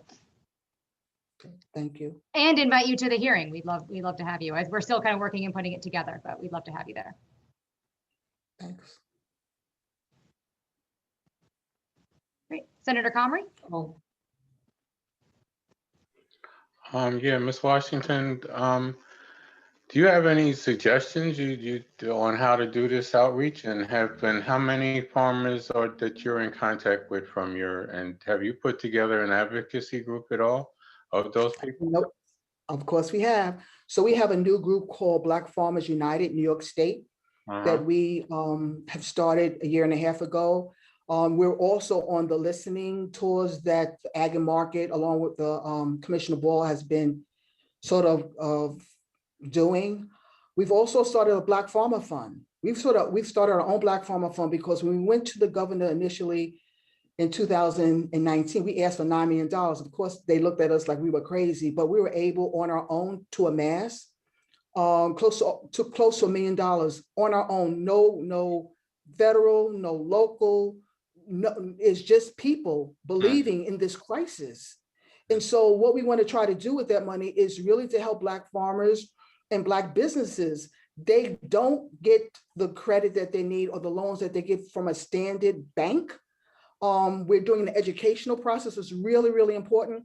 In our neighborhoods, no one talks about financial literacy and education. No one talks about in the hood about how do you do investments? How do you do financial education? How do you become an entrepreneurship? All we get is sign up for SNAP. Here's a food pantry and here's a soup kitchen. That has to change. And it changed in looking at our community, not in terms of deficits and problems, but look at our community in terms of strength and resiliency. And it needs to come a time where people have to stop giving us the handout and giving us the hand in of the resources that we can be independent. That's all we're asking, is to be able to be independent and to be viable in a society that's supposed to be justice and equal for all. And so again, y'all know how to reach out to me. This is something I've been working on for the last 12 years. I'm not going to stop, because at the end of the day, this is America. This is America, and everyone should have equal access to liberty, to be able to feed their family, to have a roof over their head, and not be standing on food lines and SNAP. So that's all I have to say. Thank you so much for allowing me to speak my mind. Again, you know how to reach out to me. Thank you so much. Thank you, Ms. Washington. Thank you. We're actually meeting with the Black Farmers Fund, I think in a week or two. So we're excited about that conversation. Okay, bye now. Thank you very much. We'll be in touch. Our next speaker is Kim Wagner from Stout Ridge Vineyard and Distillery.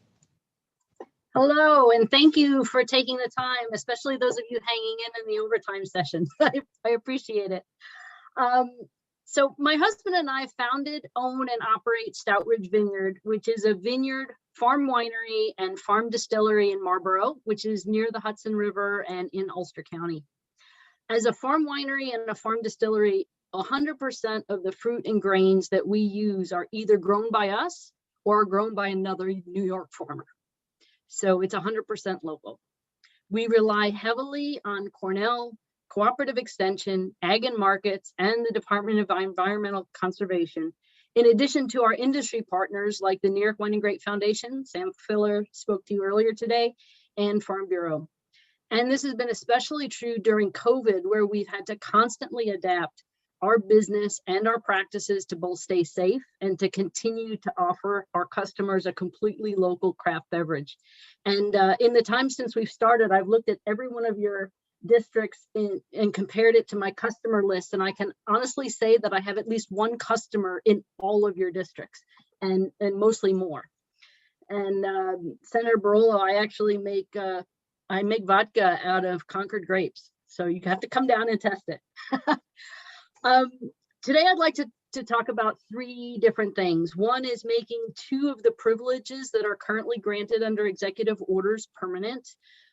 Second is about continued funding for the agencies that we're really dependent on. And third is to talk a little bit about the role that Ag and Markets and DEC makes in regulation and why some things should maybe stick with them and not with legislation.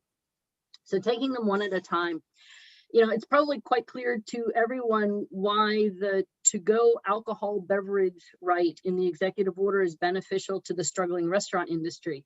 But it actually benefited us and our customers hugely during COVID because it allowed us to create what we call the tasting to go. So for those customers who, for whatever reason, are uncomfortable staying in our tasting room to try our product, we've actually created a little box, which is fully compliant, that they can take home or to their Airbnb and bring 3 or 4 of them home for all of their adults to try our product in the safety of their own locations. And it would be great if we could continue to have that privilege.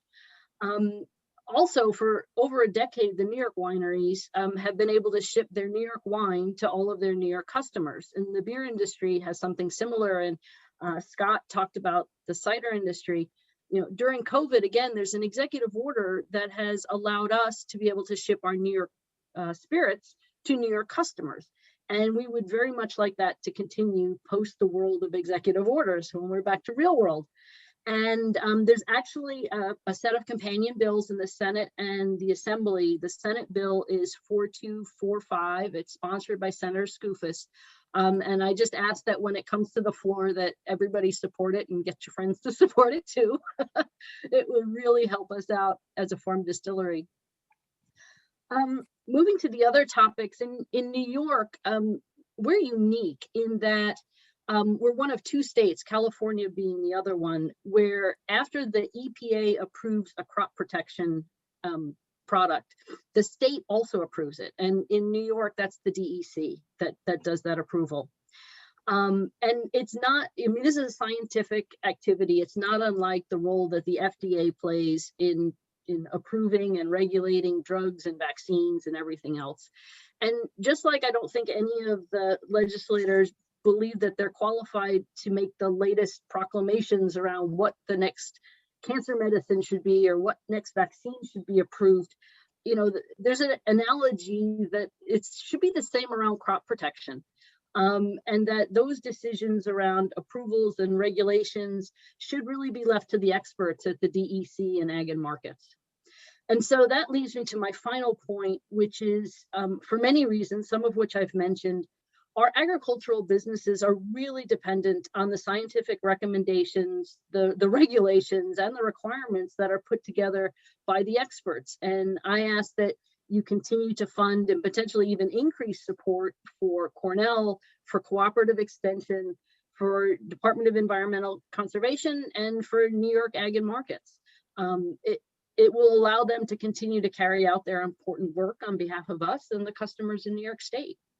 So with that, I know we're in overtime. I thank you for your time, and I'm ready to answer any questions. Thank you very much. Senator Borrello?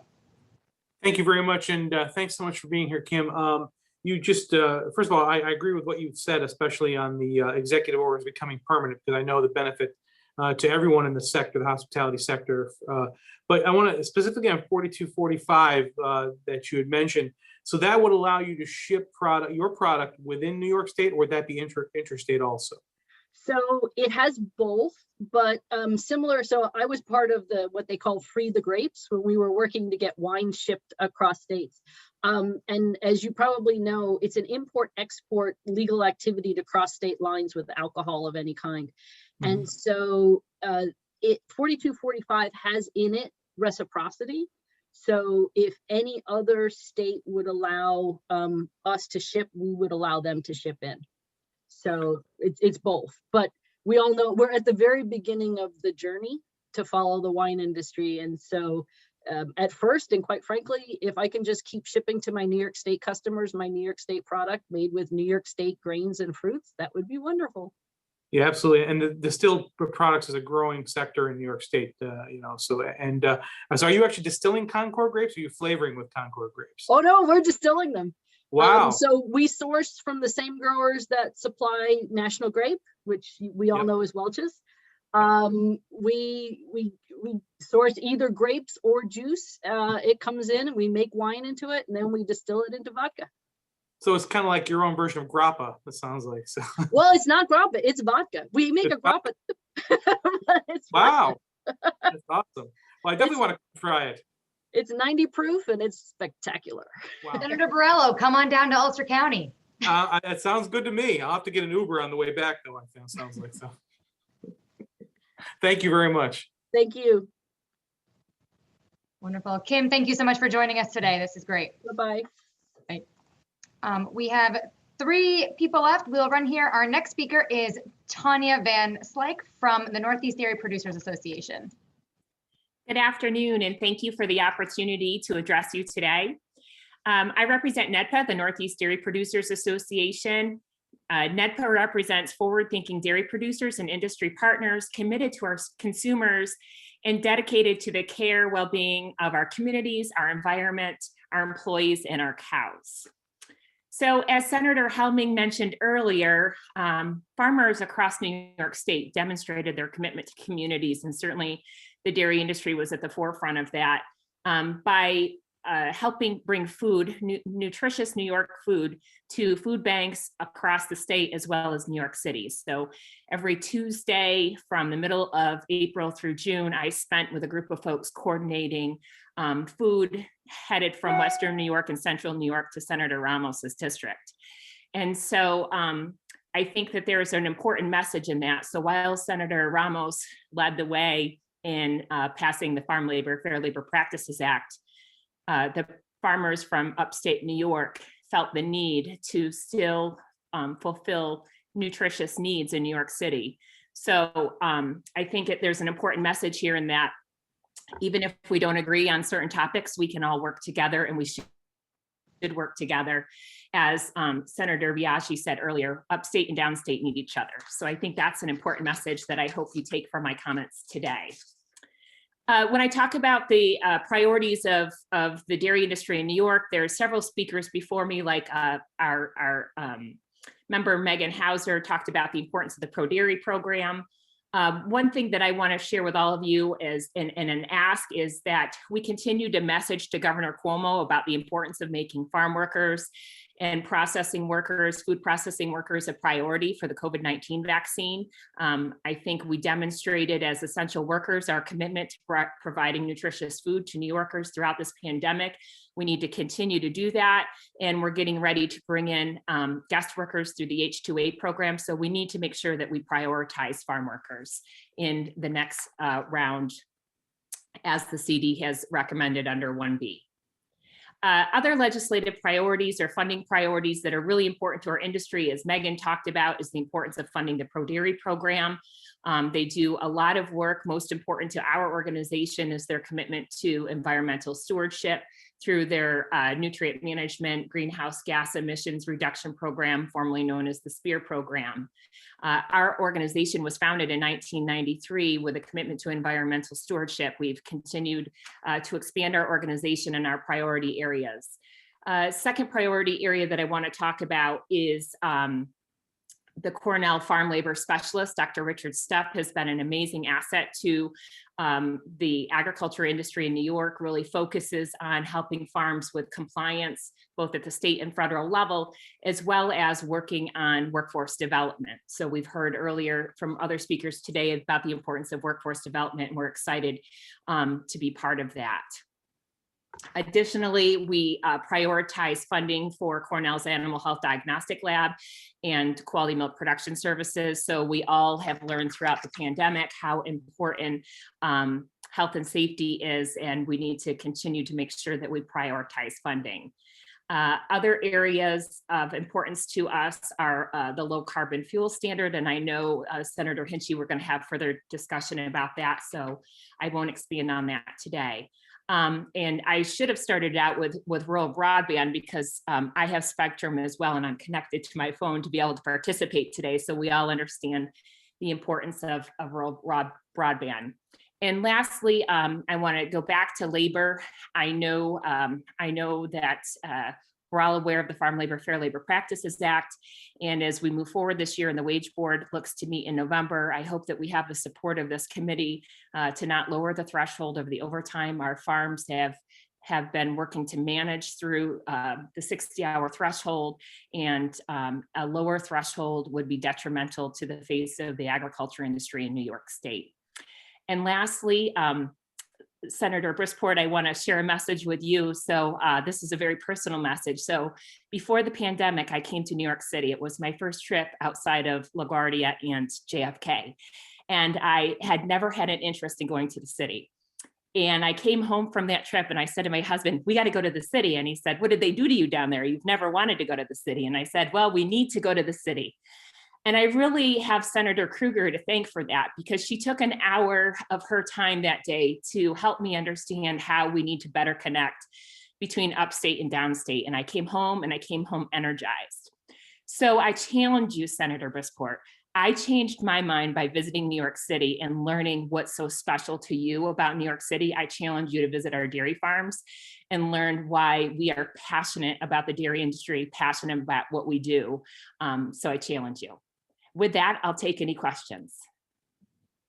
Thank you. I'll say we have written a letter to the governor a few weeks ago about adding farm workers and farmers, et cetera, to the phase 1B list. We know they were in it originally and then removed, and it has been confusing. And so we are advocating very actively with the governor's office to get them included. And we're going to do some more follow-up and would love the support of our committee to help push for that too. So we'll follow up. And I will say one thing for Senator Brisport. He has been on both of our ag committee hearings for the entire time. So I think I'm not to speak for you, Senator, but it's been, I want to thank you for joining both of them for the full time. So it's been, I think it's very helpful for everybody on our committee to hear the types of things that our farmers are facing. Senator, you've taken some hard hits today, and I won't say that I'm sorry for that, but I will say that I do believe in choice. We believe in choice, and all I'm asking is for the opportunity for you to come up and visit and see what we do. And I want to thank you, Senator Hinchey and Senator Borrello, for your leadership on Nourish New York. Can't say enough about the importance of that program. So thank you. I'll come to a dairy farm. Here on record. Go Facebook. Hi, Facebook. I'll come to a dairy farm. Awesome. Thank you, Tanya. Great to see you. Next up, we have John Pissick Jr. from Herkimer County Industrial Development Agency. Good afternoon. I know it's been a long day for everybody, but I truly appreciate you staying on, the senators that did. Welcome to Herkimer County. Most of you pass through it on a weekly basis when you're heading to and from Albany. Senator Hinchey, we're your neighbor to the west. So we're very excited. I'm very excited to have an opportunity today. About a month ago, I was able to testify in front of the assembly about things that we're doing in Herkimer County and things that we see that need to happen. Currently, Herkimer County is the only county that has a water buffalo farm. You might be familiar with that for buffalo mozzarella and other things. So we have about a 260 head water buffalo farm that started in some other states and were brought into New York, and they're thriving right now. One of the things that really jumped out at us, we consider agriculture one of our number 1 industries in Herkimer County, and we support it fully. We do have the benefit of having 3 assembly people, Buttonshaw, Miller, and Smullen, and 2 senators, Tedisco, and now former Senator Seward, who we miss dearly.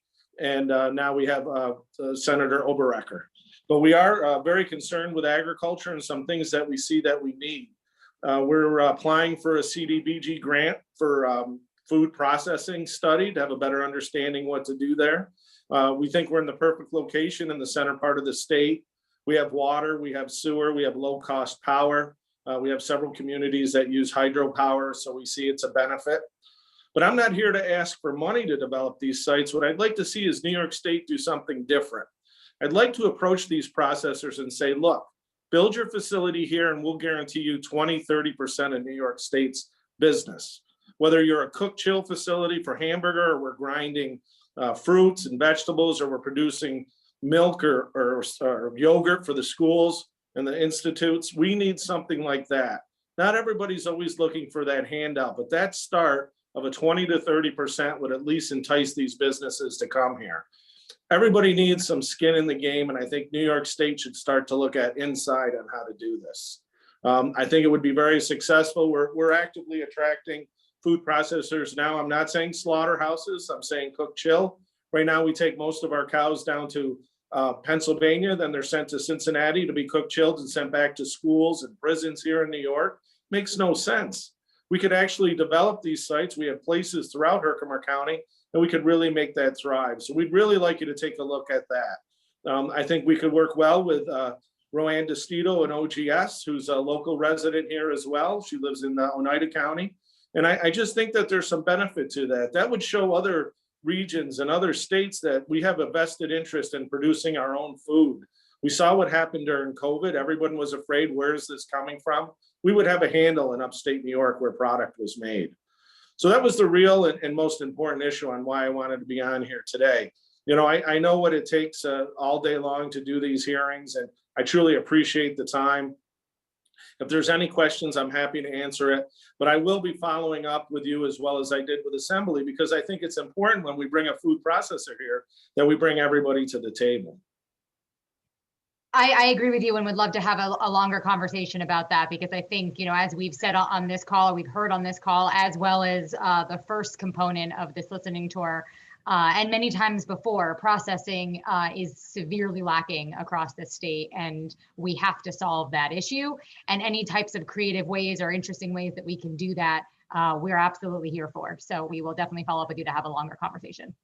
Just to let you know, we closed on 3 projects yesterday in Herkimer County, 1 expansion and 2 new developments, and none of them are getting a CFA. And we told them up front, you will not get money from the state. You'll get some Excelsior tax credits, but we'll work with you to make that happen in Herkimer County. And I think that's what we need to do. We don't always have to give a handout. I think we have to have some skin in the game, though. Great. Very much looking forward to having a deeper conversation on this issue. I think it'll be great. Great. Thank you, everyone, for your time. Thank you. And last, but certainly not least today, we have Samantha Levy and Michaela Ruiz Raman. I'm sorry, I might not have pronounced that right. I'm sorry, Michaela, from American Farmland Trust. Thank you so much, Senator. Good afternoon, everyone. Almost evening. Good to see you, Jabari. Thank you so much, Senator Hinchey, for holding this hearing. This has been such a smart idea to get these conversations going and bring everybody together. So really appreciate your leadership in doing this. And I want to thank Senators Breeport and Borrello and May and Comrie for sticking with us to the end today. Thank you so much. So myself and my colleague, Michaela Ruiz Ramon, often that accent is missed, so don't worry. From AFP are pleased to be here to speak with you. We could talk about so many things. Soil health, climate change, policy on farms, farm to institution, farmland protection. But with our limited time today, we're going to focus on one important issue in New York that has come up on both of these hearings, farmland access. And we sent around some written testimony that has some maps. So we did create a map showing, for those of you who spend most of your time in New York City, showing you where things are growing across New York State, where the farmland is, and so many other things. So I refer you to our written testimony for that. But I'll just go over a few of the highlights, and then Michaela's going to share a specific story. So something to first understand to ground us is that we have over 9 million acres of farmland in New York State, and these acres form the foundation for our farm and food economy. And these acres supply, on average, 1,000 meals per day, per acre. But our farmland is under increasing threat of being lost because of many different things: development pressure, climate change, and the aging of our farmers. And it's important to note that AFT research has found that between 2001 and 2016 alone, we lost over 250,000 acres of farmland in New York State. Think about all the food lost that goes with that, and the economic activity and the jobs. And currently, nearly a third of our farmers are over the age of 65, and 92% of them don't have a young farmer working alongside them to take over their farm. At the same time, and these senior farmers own or operate almost 2 million acres of land across New York State. So that is a significant amount of our land that will be vulnerable to being lost as it changes hands in the coming years. Now, at the same time, the number one challenge that our new, beginning, young, and BIPOC farmers face is finding land. And so if we don't transition this land to a new generation of farmers, this has major implications for our farm industry, for our food sovereignty in New York. And so now I'm going to hand it over to Michaela with our short time today to elaborate more on the challenges of finding land in New York.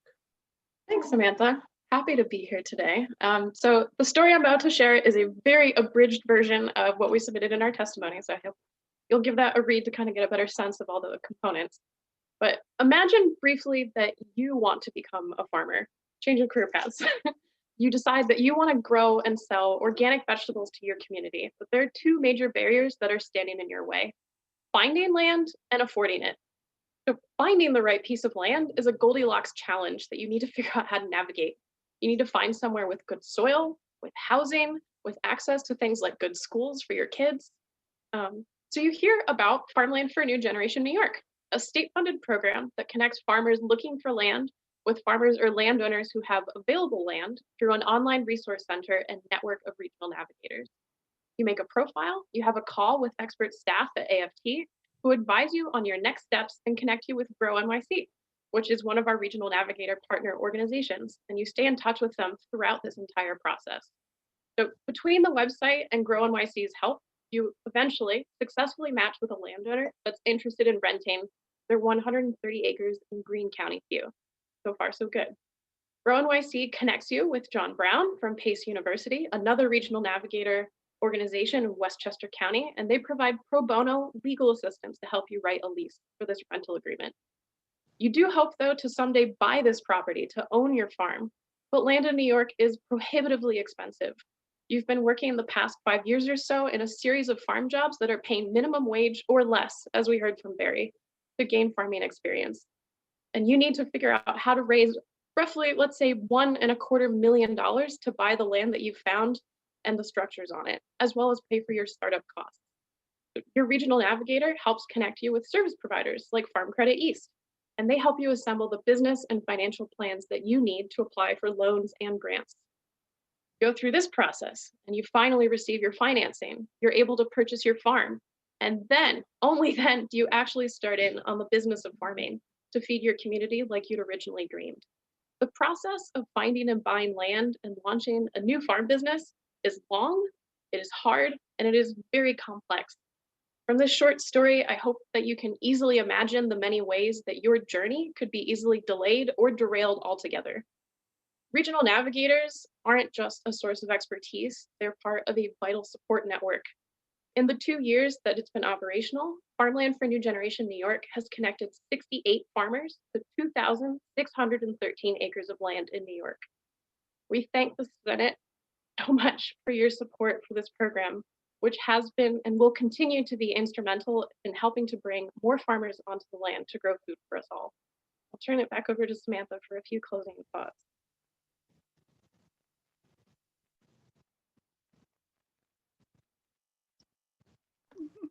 Thank you so much. Thanks, Michaela. So before we conclude, there are other programs that are involved in this, and we're going to need many more solutions to bring a new generation, a diverse new generation of farmers onto the land. So I just want to acknowledge that. But before we conclude, I just want to uplift a topic that came up earlier. So first, I want to thank Karen Washington and Black Farmers United New York State for their organizing, their advocacy, and their amazing and impactful work, including the establishment of the Black Farmer Fund. I encourage you all to hear more from Black Farmers United New York State on their 9 solutions to increase the number of BIPOC farm and food businesses in New York. But in particular, at this moment, I want to call your attention to the revenues that could potentially be raised in the Marijuana Regulation and Taxation Act as a potential way to fund this community-grown nonprofit investment vehicle. So as you negotiate the final budget, I encourage you to consider ensuring funding for Black Farmer Fund will be enabled in any community reinvestment fund established by final legislative language, legalizing adult use cannabis. And if you want to hear more and learn more, Karen certainly can help connect you with the folks to learn more, or tell you herself, or I can help connect you with folks too. Great, thank you so much. American Farmlanders really is the epicenter of so much of our agriculture community. So thank you for everything that you do in connecting the dots and making such a challenging, it should not be this challenging to get into farming, but it is. And so thank you for all the work you do in bringing new people, especially young people, and increasing diversity into our farming community. It's really important. Senator Brisport.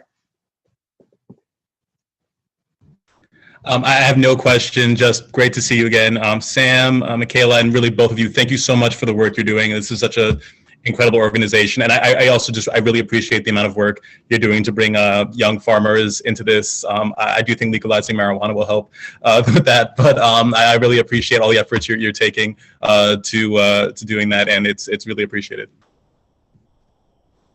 Right back at you. We couldn't do it without all of your support and your active listening. So thank you for taking the time. Thank you. And for everyone on the call, we are compiling all of the written testimony. We had some new things that were announced today and some things we want to make sure is all together in one place. And so we will be sending that to all of your offices to review. And I'm sure we will have a lot to discuss after we review all of that information and the maps, et cetera. So thank you. Thank you everyone for tuning in to our second iteration of our first ever agricultural community listening tour. I think it shows the breadth of how many exciting and innovative things are happening across the agriculture community, as well as all of the challenges and issues we have that are facing New York State that we really need to address now to make sure that we can continue to make New York an ag state, keep New York an ag state, and work to really strengthen this sector. So my colleagues who have stayed in, we're a little bit over, I know. Thank you so much for staying with us and for listening to the array of members that we had join. And this is only just the beginning. So much more.